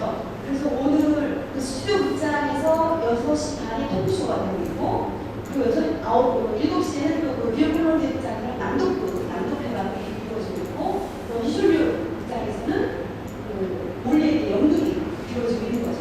그리고 그 다음 화요일에 보면은 스튜디오 극장 하루는 쉬어요. 그리고 이제 뉴욕 콜롬비아에서는 7월이라는 연극이 그 월요일과 다른 작품이 되고 있죠. 그리고 그 히쇼리오 극장에서는 또 토크쇼가 6시에 이루어지고 8시 반에는 다시 또 위에는 인간 혐오자였는데 또 오늘 그 다음 날은 스카베의 간이라고 다른 작품의 그 몰래의 작품. 그래서 매일 같은 날이 같은 그 프로그램이 반복되는 날이 하루도 없는 거예요. 이게 레파토리 시스템입니다. 그래서 이 전속 배우들이 한 팀은 스카베의 관계를 준비하고 있다면 또 다른 팀은 그 인간 혐오자를 준비하고 있다. 이런 식으로 여러 팀이 불러갈 수가 있는 구조인 거죠. 그게 레파토리 시스템인 거죠. 그래서 그 조직 구조를 보면 운영위원회, 대본심사위원회, 정당, 총회, 극장단, 사무국장, 노사위원회, 확대위원회 등이 있어요. 이제 노사위원회는 프랑스에서는 50명 이상이 되는 어떤 회사 단체든지 노조를 만들어야 되는 게 법이기 때문에 노사위원회도 있습니다. 그래서 이 조직 구조에서 다 볼 수는 없으니까 좀 운영위원회와 대본심사위원회만 좀 보고 싶어요. 그래서 운영위원회를 보면 코미디 프랑세즈의 주요 의사 결정 기구로서 운영위원회가 있습니다. 예술 프로젝트의 의사 결정과 준단원이 정단원으로 전환되는 문제 또는 정단원이 퇴직을 하는 문제 이런 문제들을 결정해요. 그리고 운영위원회 구성을 보면 극장장이 의장이 되고요. 의장 1명 그리고 7명의 위원 그리고 2명의 대리위원으로 이루어지는데 이 위원과 대리위원 즉 9명은 정당원에서 선발이 돼요. 그러니까 이 코미디 프랑세즈 배우들인 거죠. 그리고 7명의 그 위원 중에서도 1명은 수석 대표로도 선출이 되고 수석 대표를 제외한 나머지 6명의 위원 중에서 3명은 극장장이 추천을 또 하고 그래서 문화부에서 임명을 하고요. 나머지 3명은 정당원 총회에서 또 배우들 모임에서 또 3명을 임명합니다. 또 대리위원회 2명 중에서 1명은 역시 극장장이 추천을 해서 문화부에서 임명을 하고 나머지 1명은 또 정당원 총회에서 일단 운영위원회에서만 보면 극장장의 권한과 이 배우들 모임의 권한이 비등합니다. 그리고 이 정당원은 운영위원회의 위원으로 임명이 되면 그걸 거부할 권리가 없습니다. 무조건 이게 임무예요. 그래서 무조건 해야 되고 임기 1년을 무조건 수행해야 됩니다. 그리고 두 번째로 대본심사위원회를 보면 대본심사위원회는 그 말에 맞게 히쇼리오 극장의 레퍼토리 작품 선정을 하는데 목적이 있고요. 또 대본 검토를 하는 것이 임무가 되겠죠. 대본심사위원회 구성은 운영위원회 극장장이 1명, 극장장이 1명이고 위원 7명과 극장장이 제안하는 그 문화부 장관이 임명한 그 극장장이 제안하고 문화부 장관이 임명하는 4명의 문예 연극계 인사들로 이루어지고 이렇게 해서 총 12명의 위원으로 구성이 됩니다. 그래서 극장장을 의장으로 해서 대본 심사를 하는 거죠. 대본 심사위원회는 운영위원회 단위 2년의 임기를 갖고 한슐교 극장에서 공연될 작품을 선정하고 극장장의 작품의 경우에 그러니까 주로 극장장이 예술가가 되기 때문에 작가이거나 연출가의 경우가 많거든요. 그랬을 때 극장장의 작품이 될 수도 있겠죠. 그럴 경우에는 극장장 임기 동안에는 작품을 할 수가 없습니다. 그리고 아까 말씀드렸던 정단원 총회, 배우들의 모임인 정단원 총회를 보면 극장장이 제안하는 문제를 논의하고 운영위에서 동의한 예산과 회계 이런 거에 대한 찬반, 그리고 운영위원회 구성을 위한 3명의 구성을 보면 3명의 위원과 1명의 대리위원을 선출하고요.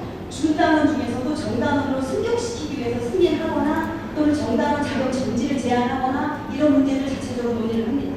정단원 총회 구성을 보면 극장장을 의장으로 하고 극장장이 배우의 모임에도 들어가는 거죠. 극장장을 의장으로 하고 그 모든 정단원으로 구성이 됩니다. 극장장이 회의 소집을 하면 총회 심의 결과가 그 효력을 얻기 위해서는 3분의 2 이상이 찬성을 해야 돼요. 그리고 투표는 비밀 투표고 다수결을 어찌해야 합니다.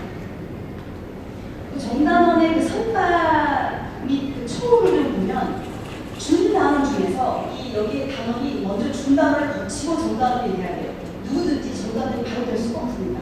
그 준단원이 되고 정단원이 돼야 되니까 준단원들 중에서 1년 이상의 경력이 있어야 정단원이 되고 그리고 이 불어를 기본적으로 사용해야 되고 프랑스 국적자여야 됩니다. 그래서 외국인이었어도 유럽의 다른 나라여도 이 프랑스 국적을 획득을 해야 돼요.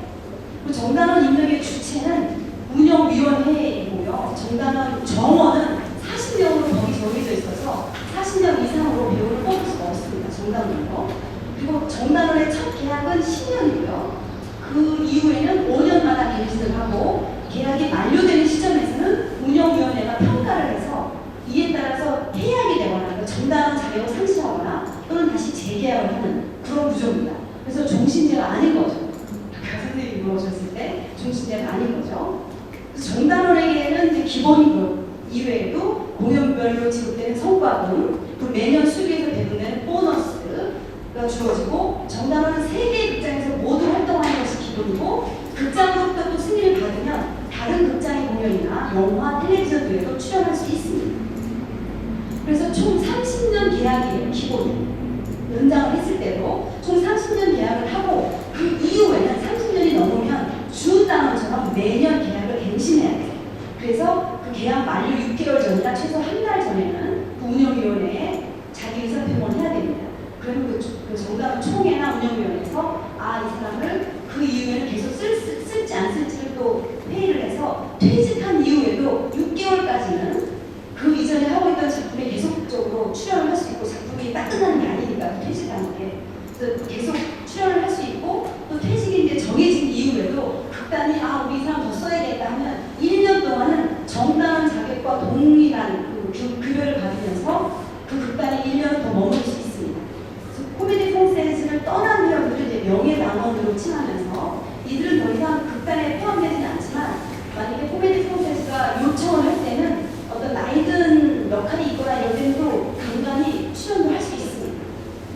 그리고 이제 준단원을 보면 정단원으로 선발될 수 있는 그 전 단계의 사람들이죠. 그래서 그 사람들이 준단원인데 이 준단원의 임명은 전적으로 극장장의 권한이에요.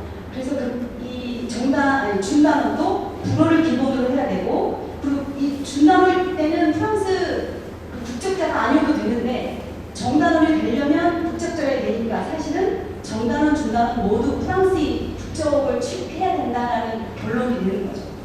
그리고 이 준단원이 신청을 지원을 해서 뽑힐 때는 나이의 제한이 없습니다. 그리고 준단원은 아까 정단원은 40명으로 법을 정해놨는데 준단원은 30명이 제한이에요. 그리고 예산상의 이유도 감소할 수도 있어요. 그래서 매년 25명일 때도 있고 이렇게 왔다 갔다 하더라고 숫자가. 또 첫 계약의 기간은 2년이고 그 후에는 매년 평가를 통해서 계약을 갱신하고 그래서 2년 이후에는 매년 되니까 거의 연간 계약제 이렇게 부르더라고요. 그리고 준단원에게는 매달 기본급이 되고 1단계부터 5단계까지 차등을 둔 성과급이 지급이 되는데 이 차등을 둔 단계는 운영위원회에서 매년 말에 이 사람은 몇 등급 이렇게 운영위원회에서 내린다고 해요. 그러니까 그 운영위원회 아까 얘기했듯이 7명이 전단원이니까 결국 배우들끼리 서로 등급을 매겨주는 거죠. 준단원에게. 그리고 준단원 또한 3개 극장에서 모두 활동하는 것이 기본입니다. 그래서 이 프랑스 코미디 프랑스의 조직 구조 행정적인 측면을 보면 이런 이제 행정적인 구조가 있는데 이 중에서도 우리가 다 볼 수 없으니까 극장장만 좀 보면 재밌을 것 같아요. 이 극장장은 지금 현재는 그 에릭 르프라는 이 사람입니다. 이 사람이 2014년부터 2025년까지 돼 있다고 합니다. 그래서 지금 이제 거의 말기인 거죠. 그래서 거의 계산해보니까 11년이 되는 거죠. 2014년부터 2025년까지니까. 그래서 이 극장장은 이제 코미디 프랑스의 법적 대표가 되고요. 극장장의 초기 임기는 5년이고 이후에 3년 단위로 재임이 가능합니다. 그래서 아까 다른 국립극장들은 3년이었는데 이 코미디 프랑스는 좀 특수한 조직이에요. 5년이 초임이 임기고 그 다음부터는 3년간 재임이 가능해요. 3년씩 해서. 그래서 운영위원회가 제안하고 대통령이 임명하게 되어 있고요. 극장 운영과 관련된 기획, 예산, 시설 관리 모든 인력 운영 모든 영역에서 권리를 행사합니다. 그리고 그런 행정가이면서 동시에 예술 감독이기 때문에 1년에 프로그램을 세워서 연출가와 상의하고 각 팀별 업무 부담을 지시하는 것까지 모든 역할의 총대장인 거죠. 그래서 극장장의 권한에는 운영위원회 위원 3명을 임명할 수 있고 운영위원회와 총회를 주재합니다. 단 배우의 계약과 관련해서는 운영위원회가 주체가 되고 이 극장장은 준단원을 임명하는 그 한에 제한이 되고 있어요. 코미디 프랑스에서 공연의 작품을 결정하고 심사하는 것은 그 아까 말했던 대본 심사위원회인데 이거는 극장장이 이끌기 때문에 이 레파토리 선정에 있어서 극장장의 권한이 절대적이라고 볼 수 있죠. 그리고 최소 3년은 그 임기 동안에는 그 코미디 프랑스의 작품의 선정에 있어서 자신의 색깔을 충분히 입힐 수 있다. 그렇게 말할 수 있겠습니다. 극장장은 평균 아무리 극장장이 연임을 한다고 해도 배우들은 20년 이상 활동하는 배우들이 있단 말이죠. 그래서 그 사람들에 비하면 이 임기가 짧은 거죠. 극장장이. 그리고 또 수행에 대한 임무가 너무 많아요. 그래서 사실은 그 예술과 정치적 이해 사이에서 균형 잡기가 쉽지 않고 또 너무나 막중한 업무에 또 허덕이고 그래서 자신의 능력을 제대로 펼치지 못한다 이런 평가들을 코미디 프랑스에 대해서 많이 하고 있습니다. 그리고 인력을 보면 제가 어제 또 들어와서 확인을 했더니 지금 현재 2024년 2월 4일 기준에 정단원은 이제 81명이에요.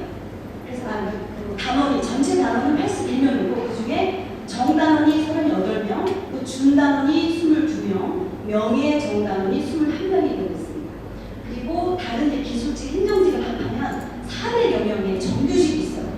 그리고 뮤비오콜롬비에는 정규직이 18명, 그리고 스튜디오 극장에는 정규직이 7명이 되고 있습니다. 정규직을 제외한 그 이동직을 보면 또 엄청난 사람들이죠. 무대 만들기 이런 사람들 이동직이 보면 또 막 수백 명이 왔다 갔다 하죠. 그리고 이 코미디 프랑스의 재정 2010년을 보면 하나로 제가 원고에는 유로로 다 썼는데 하나로 보면 523억이에요. 한 해의 예산이 523억이고 이 수입 예산의 구성은 국가 보조금이 68.22%, 제작 관련 메세나 및 후원금이 18.88%, 제작 외 메세나 및 후원금이 5.48%, 영상물이 3.09%, 외부 공연이 3.75%, 출판물 및 기념품이 0.73%로 국가 보조금에 거의 의존한다고 볼 수 있죠. 그리고 국가 보조를 제외한 자체 수익 구성을 좀 보니까 관람 티켓 수익이 58.9%로 꽤 됐어요.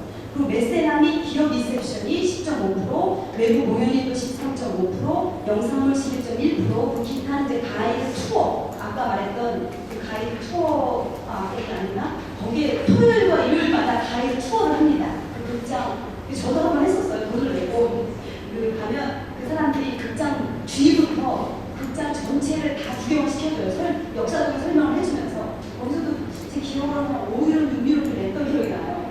그렇게 가이드 투어 33%의 수익이 있는 거죠. 그 출판물 및 기념품이 2.6%를 차지합니다. 그 지출을 보면 그 지출 총액은 하나로 계산했을 때 518억이고요. 그 구성을 보면 극장 운영비가 그 인건비를 포함한 극장 운영비가 81.76%, 그러니까 극장의 모든 돈이 거기다 들어가는 거죠. 그래서 무대 제작과 연출을 하는데 10.3%, 외부 공연으로 나가는 4.29%, 영상을 제작하는 2.4%, 출판물 및 기념품 제작하는데 1.21% 정도가 되고 있습니다. 그런데 이 프로그램 구성을 좀 보면 코미디 콘서트 세계 극장에서 29개의, 그러니까 2010년에서 11년 그 한 해만 본 거예요. 한 해만 봤을 때 29개의 연극 작품과 다른 다양한 21건의 프로그램이 집계가 됐어요. 한슐뮤 극장에서는 12개 연극 작품, 그리고 위오콜롱비에서는 8개, 스튜디오 극장에서는 9개 연극 작품이 공연이 있습니다. 각 극장에서는 이제 연극 공연 이외에 뭐 영화, 상영, 방송국, 초청 공연 이런 것들도 모두 이루어지고 있죠. 그 한 해에 시즌 그 해를 봤을 때 레퍼토리 시스템으로 운영이 되는 한슐뮤 극장 공연은 총 12개 중에서 프랑스 작품이 5개고 외국 작품이 5개, 그리고 고대 그리스 로마 작품이 2개. 그래서 거의 여기서는 외국 작품이라고 해도 거의 유럽 작품이기 때문에 거의 유럽 초원의 작품인 거죠. 그리고 시대별로를 또 봤더니 20세기 이전 작품이 9개고 20세기 이후가 3개여서 이 아무래도 코미디 프랑스에서는 이제 고전 희극을 중심으로 한다는 걸 알 수가 있죠. 그리고 또 이 한 해의 시즌을 봤을 때 레파토리에 추가된 작품이 3개가 더 있어요. 그리고 기존에 제작된 공연, 그래서 모두 무대 세트가 있고 의상이 있는 그 기존에 제작된 공연을 다시 올린 게 7개고 새로 제작을 한 공연이 2개 정도. 그래서 여기서도 거의 같은 공연들을 매년 한 50% 이상은 다시 재공연을 하는 거죠. 그 프로그램의 특징을 보면 히쇼리의 극장만이 레파토리 시스템으로 운영이 되는데 이거는 아까 제가 일정부에서 보여준 것처럼 며칠 간격으로 계속 교체되면서 공연이 상연이 되는 거죠. 코미디 콩셋의 그 레파토리 작품 중에서 가장 많이 상연되는 작품은 당연히 몰리에르, 그리고 또 하신도 조명이 되고 또 코로네이도 이제 새 극작가 작품이 가장 많이 이루어져서 아무래도 이 이름에 걸맞게 전통을 보존하는 코미디 콘셉트다. 권위를 계속 유지하는 그런 측면을 우리가 볼 수가 있죠. 프랑스 전통을 잇는 그 보존 작품을 주로 하지만 예전에는 한 5, 6년에 한 번씩 그 해외 작품을 소개를 했다고 하면은 1990년대 이후부터는 해외 작품을 가져오는 게 훨씬 더 급격하게 진행이 되고 있다고 합니다. 그래서 왜냐면 여기서도 사실은 그러니까 여기서 해외 작품을 가지고 온다라고 했을 때도 주로 유럽권이니까 러시아나 독일, 영국 이런 작품들로 이루어지고 있고요. 그 레파토리 선정의 방식은 아까 말했듯이 매년 한 편에서 4편 정도의 작품을 대본 심사위원회에서 엄격하게 심사를 해서 선정을 하고 1680년부터 2010년까지를 보면 2662편의 레파토리 작품이 있는 거죠. 그런데 이 코미디 콘셋의 이 문제도 20분 이 아까 말했듯이 지방 분권화 때문에 지방에서도 이제 좋은 극장들이 막 생기면서 좋은 작품도 올라가고 그래서 이 코미디 콘셋가 사실은 그런 경쟁력에 있어서 도전을 받는 거예요. 그래서 이 코미디 콘셋도 이제 전통성과 개방성을 적절히 넘나들면서 이 지방의 우수한 극장들과 사실 경쟁 구도에 놓여 있어서 지금 많이 힘들다고 합니다. 그래서 어떤 극장이랑 마찬가지로 그래서 고전과 새로운 모전이 될 작품 그래서 그 두 가지에서 어떻게 줄다리기를 할 것인가 그것이 중요한 과제를 떠오르고 있고 캐스팅은 거의 정당한 중간에서 뽑고 일반 작은 단역들은 또 다른 외부 배우들을 쓴다고 합니다.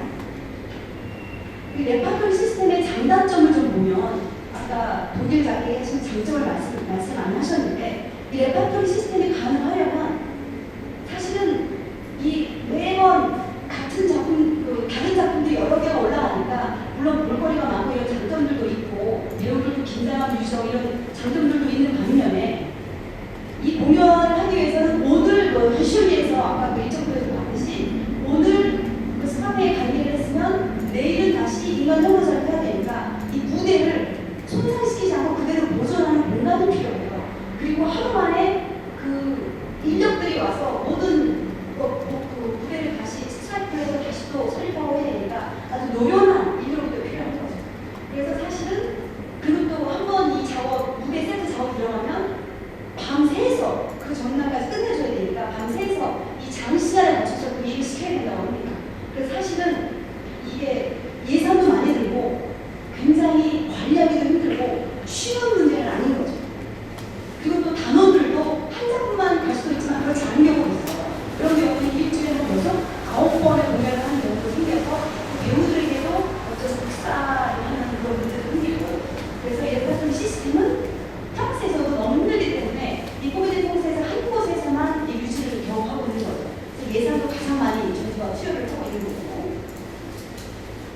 그래서 이제 마지막으로 끝나면 이 관람률을 보면은 어느 정도의 관람객이 들었나 그걸 보면은 여기서는 이제 특히 아무래도 한 작품이 보존 작품이 많다 보니까 65세 이상의 관객이 거의 20% 넘게 많이 차지를 한다고 합니다. 그래서 그러니까 타겟이 젊은이는 아닌 거죠. 많이 관광객이 또 많이 오고 그래서 어떤 프랑스의 전통을 보여줘야 되는. 그래서 이뭐 비쇼류 극장이나 비에블롱의 스튜 극장에 2007년부터 2010년까지 관객은 거의 300명, 100명 정도. 코미디 콘서트 한쇼류만 300명대 가장 관광객이 많아서 그래요. 사실 프랑스 자체의 그 관광객보다도 관광객과 함께 있고 여기까지 발표를 하겠습니다. 감사합니다. 네, 정혜란 선생님 발제를 들었는데요. 정말 이걸 보니까 프랑스나 독일이나 너무나 그 체계적인 운영 시스템을 가지고 운영을 아주 그리고 투명하게 조직을 운영하는 것 같아요. 우리는 이렇게 한국에 살고 있지만 이 국립극단이 어떤 식으로 이렇게 운영이 되고 있고 어떤 그 계획을 가지고서 레퍼토리를 만들고 운영하는지 이런 걸 우리가 잘 모르겠어요. 그리고 또 한 가지 아쉬운 점은 이렇게 그 좋은 그 선례들이 있는데 우리가 70년이 넘는 역사를 좀 축적을 했는데요. 프랑스나 독일이나 뭐 영국이나 이렇게 좋은 국립극장 그 운영 사례가 있는데 우리는 과연 좀 공부를 하고 참고를 하고 좋은 점으로 받아들이면서 하는 걸까? 뭐 이런 생각이 많이 들었습니다. 네, 굉장히 발제를 풍요롭게 해주셨고요. 그래서 시간이 좀 오버되기는 했는데 네, 정확하게 넘어가기 전에 이걸 먼저 하고 쉴까요? 이거 제가 하고 나는데 기타 토론할 수가 없게 되나? 그게 시간이 10분 정도 나왔는데 네. 제가 뭐 짧게 10분 정도 얘기하고 네, 그러면 여기서 연장 될지 모르겠는데 토론할 수 있을지 얘기할 수 있을까요? 네. 어디가 있을 거예요? 예. 10분 네.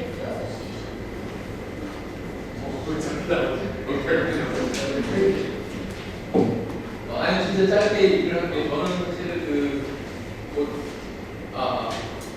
자료 리서치를 것도 없고 홈페이지를 보고 그 안에서 이것저것 뒤져봤는데 접근하기 쉽진 않아요. 지금 문체부에 질문 던져놨는데 지금 예술감독 선임 과정 중이고 나머지 질문에 대해서는 답을 드리기가 힘듭니다. 내부 검토 보고 답변 드리기로 하겠습니다. 그래서 제가 드렸던 질문은 1번 국립극단 예술감독 선임은 현재 어떻게 진행되고 있는가요?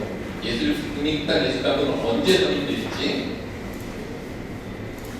정관 구조에서 그 임기 6개월 전에 임기 만료 6개월 전에 선임해야 되는데 왜 그 부분에 대해서 어떤 생각이신지 이사장이 공석인 걸로 알고 있어요. 1년째 이런 거에 대해서 어떻게 생각하시는지 이사회 구성 방식이 좀 안 나와 있거든요.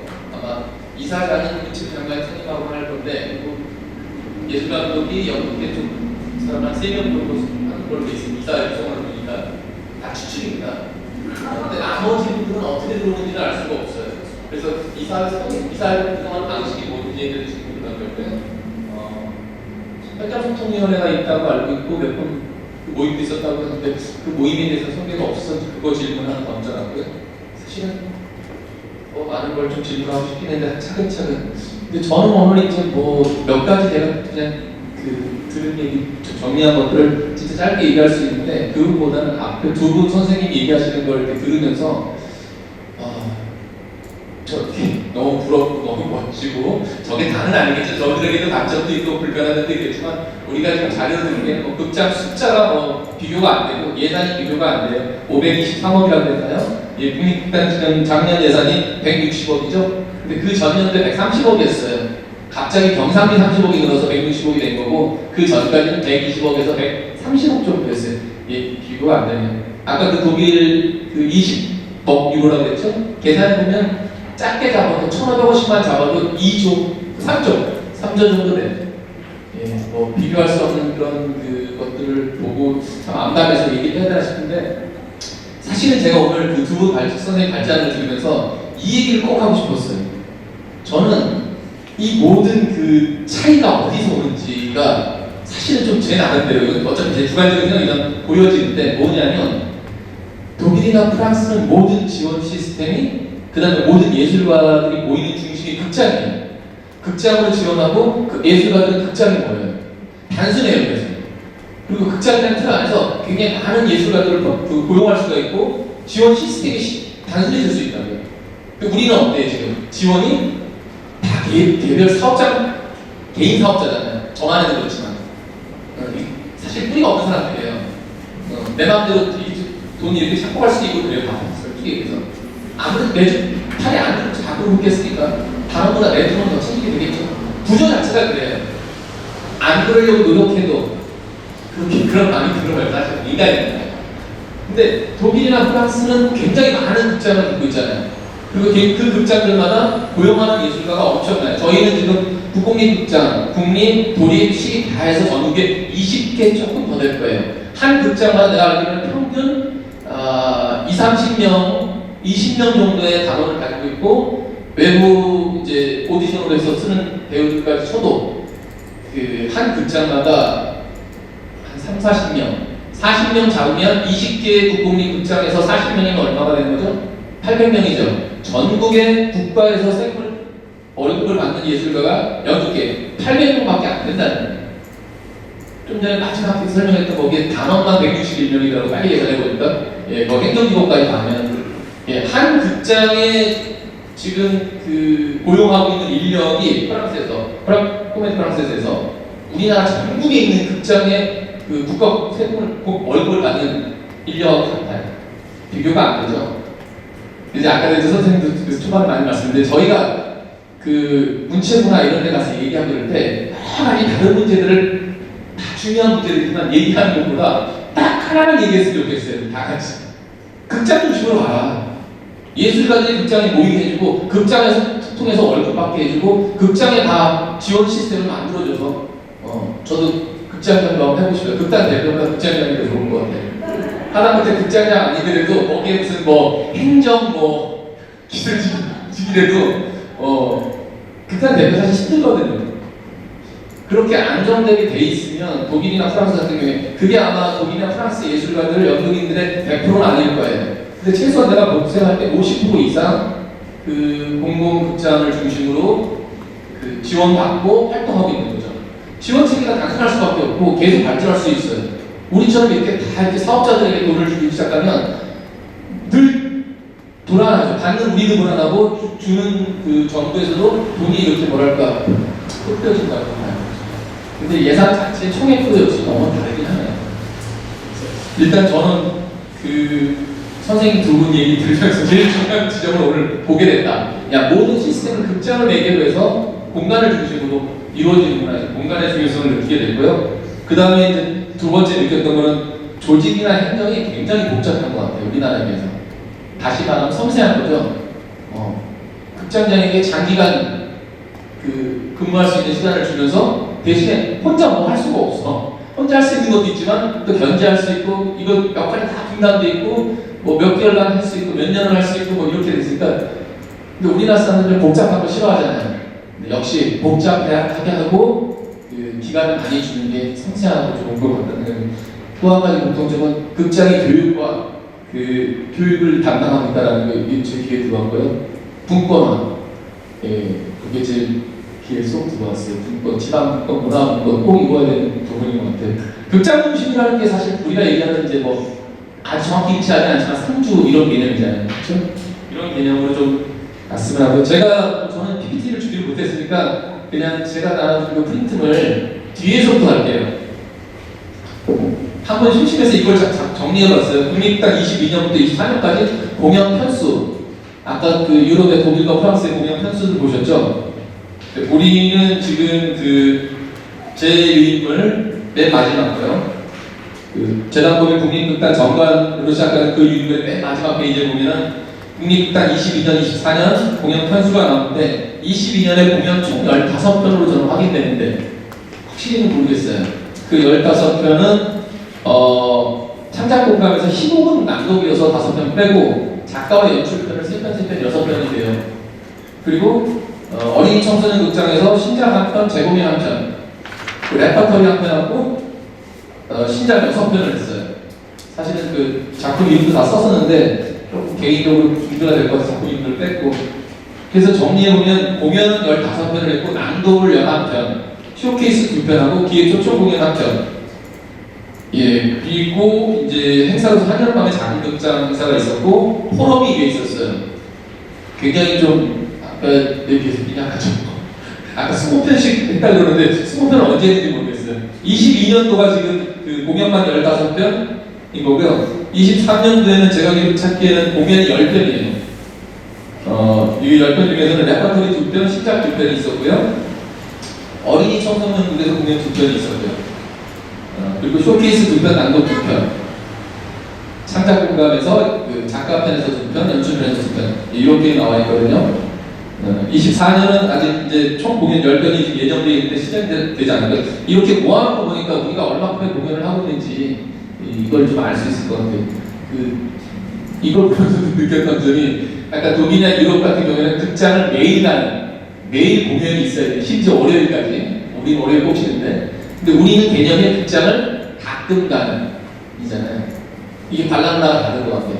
근데 지역에서도 상주단체를 해보면 제일 힘든 게 뭐냐면 극장에 공연이 매일 있어야 관객이 점차적으로 늘거든요. 왜냐하면 관객들이 믿음이 있거든요. 언제든 가면 있어. 나도 이제 자꾸 공연 볼 계획을 잡아야 되는데 공연을 뭐 1년에 한 8편 하는 데는 진짜 관객 저변을 늘릴 수가 없어요.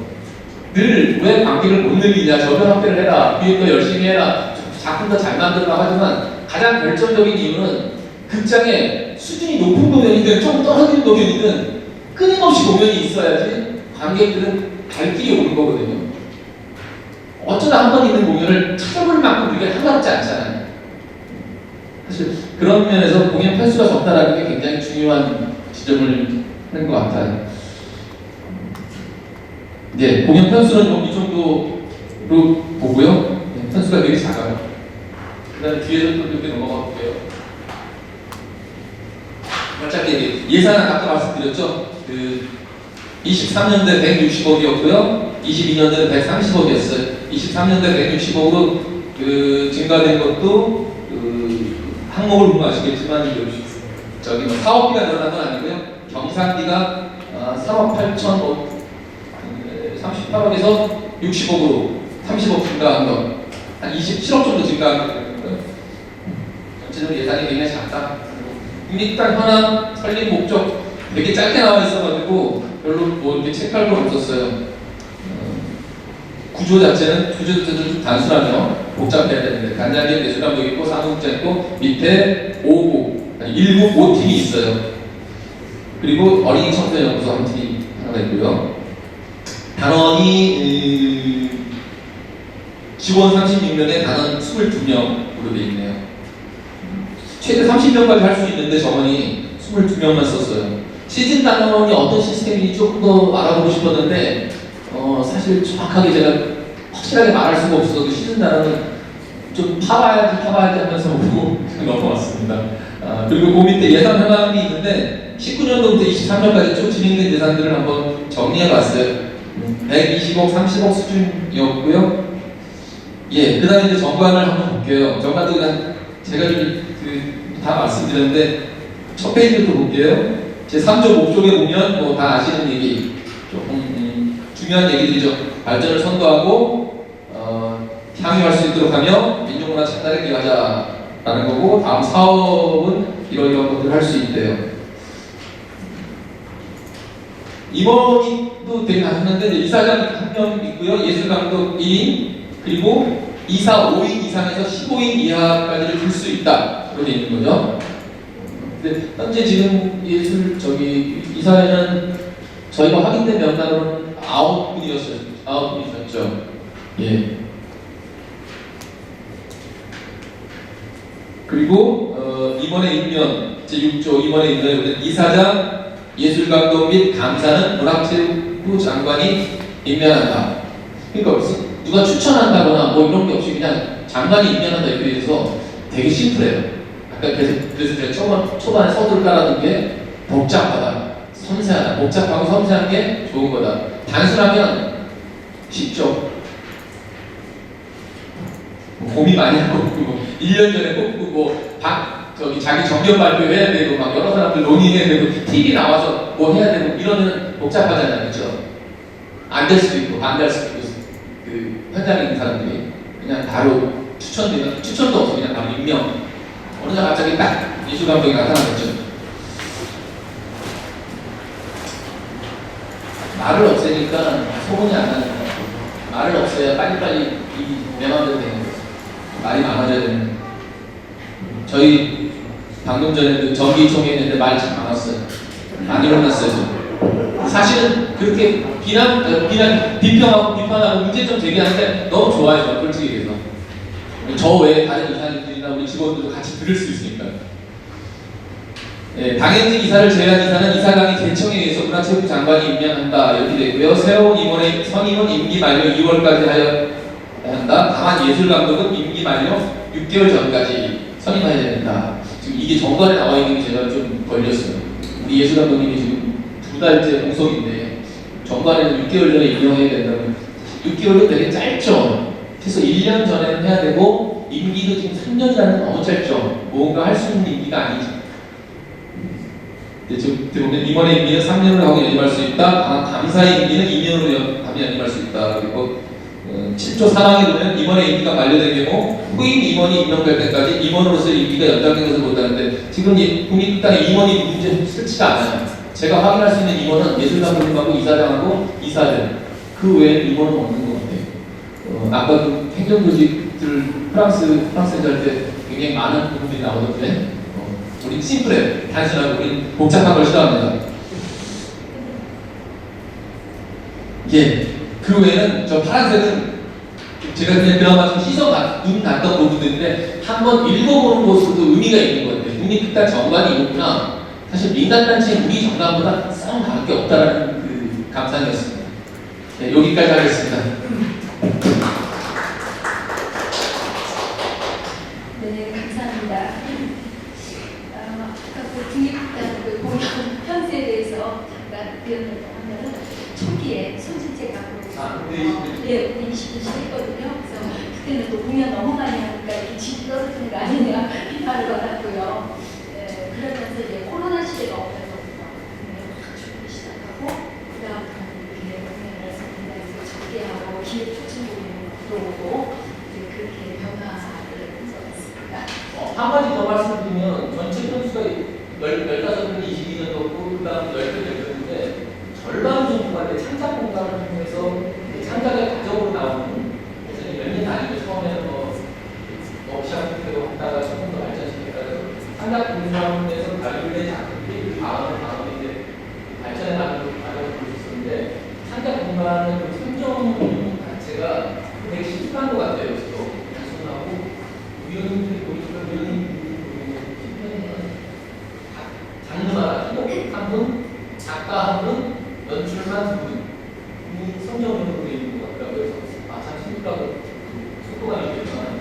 이 창작공간 제도가 김광호 감독이 이제 전에 키워 부채통으로 상시적으로 그 대본을 접수한다는 거를 제가 발전을 시켜가지고 창작공간 제도를 만들었는데요. 보면은 창작공간 작가 그리고 창작공간 연출. 키워는 이제 그 전에 부채통처럼 네, 그렇게 이어지는 거고. 근데 이프로 보니까 사실 우리 평론가들이 매번 지적한 거지만 창작 공간을 통해서 나온 작품이 정말 우수한 작품이 거의 없었어요.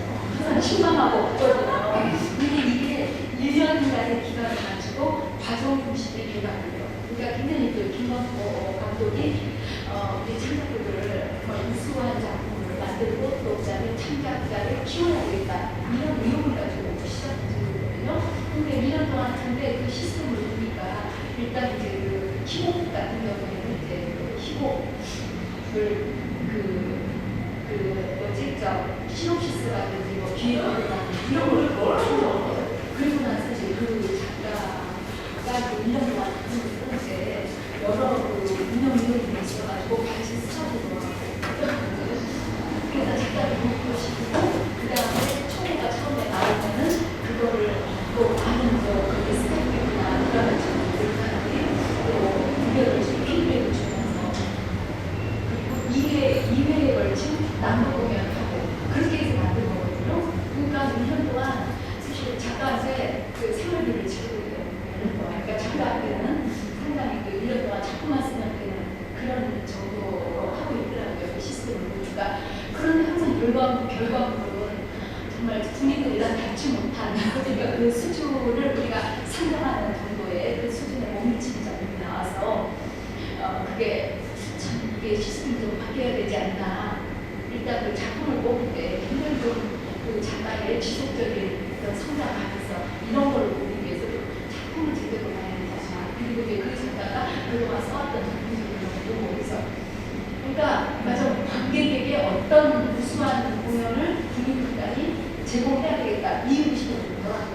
그냥 창작자를 키우자. 이게 너무 이제 의욕이 앞선 게 아니었나 이제 그런 생각을 아쉬움을 가졌었습니다. 네. 그러면요, 사실 우리가 이렇게 중앙 토론 시간을 가져야 되는데 어떻게 되나요? 나가버리세요. 네네. 그래도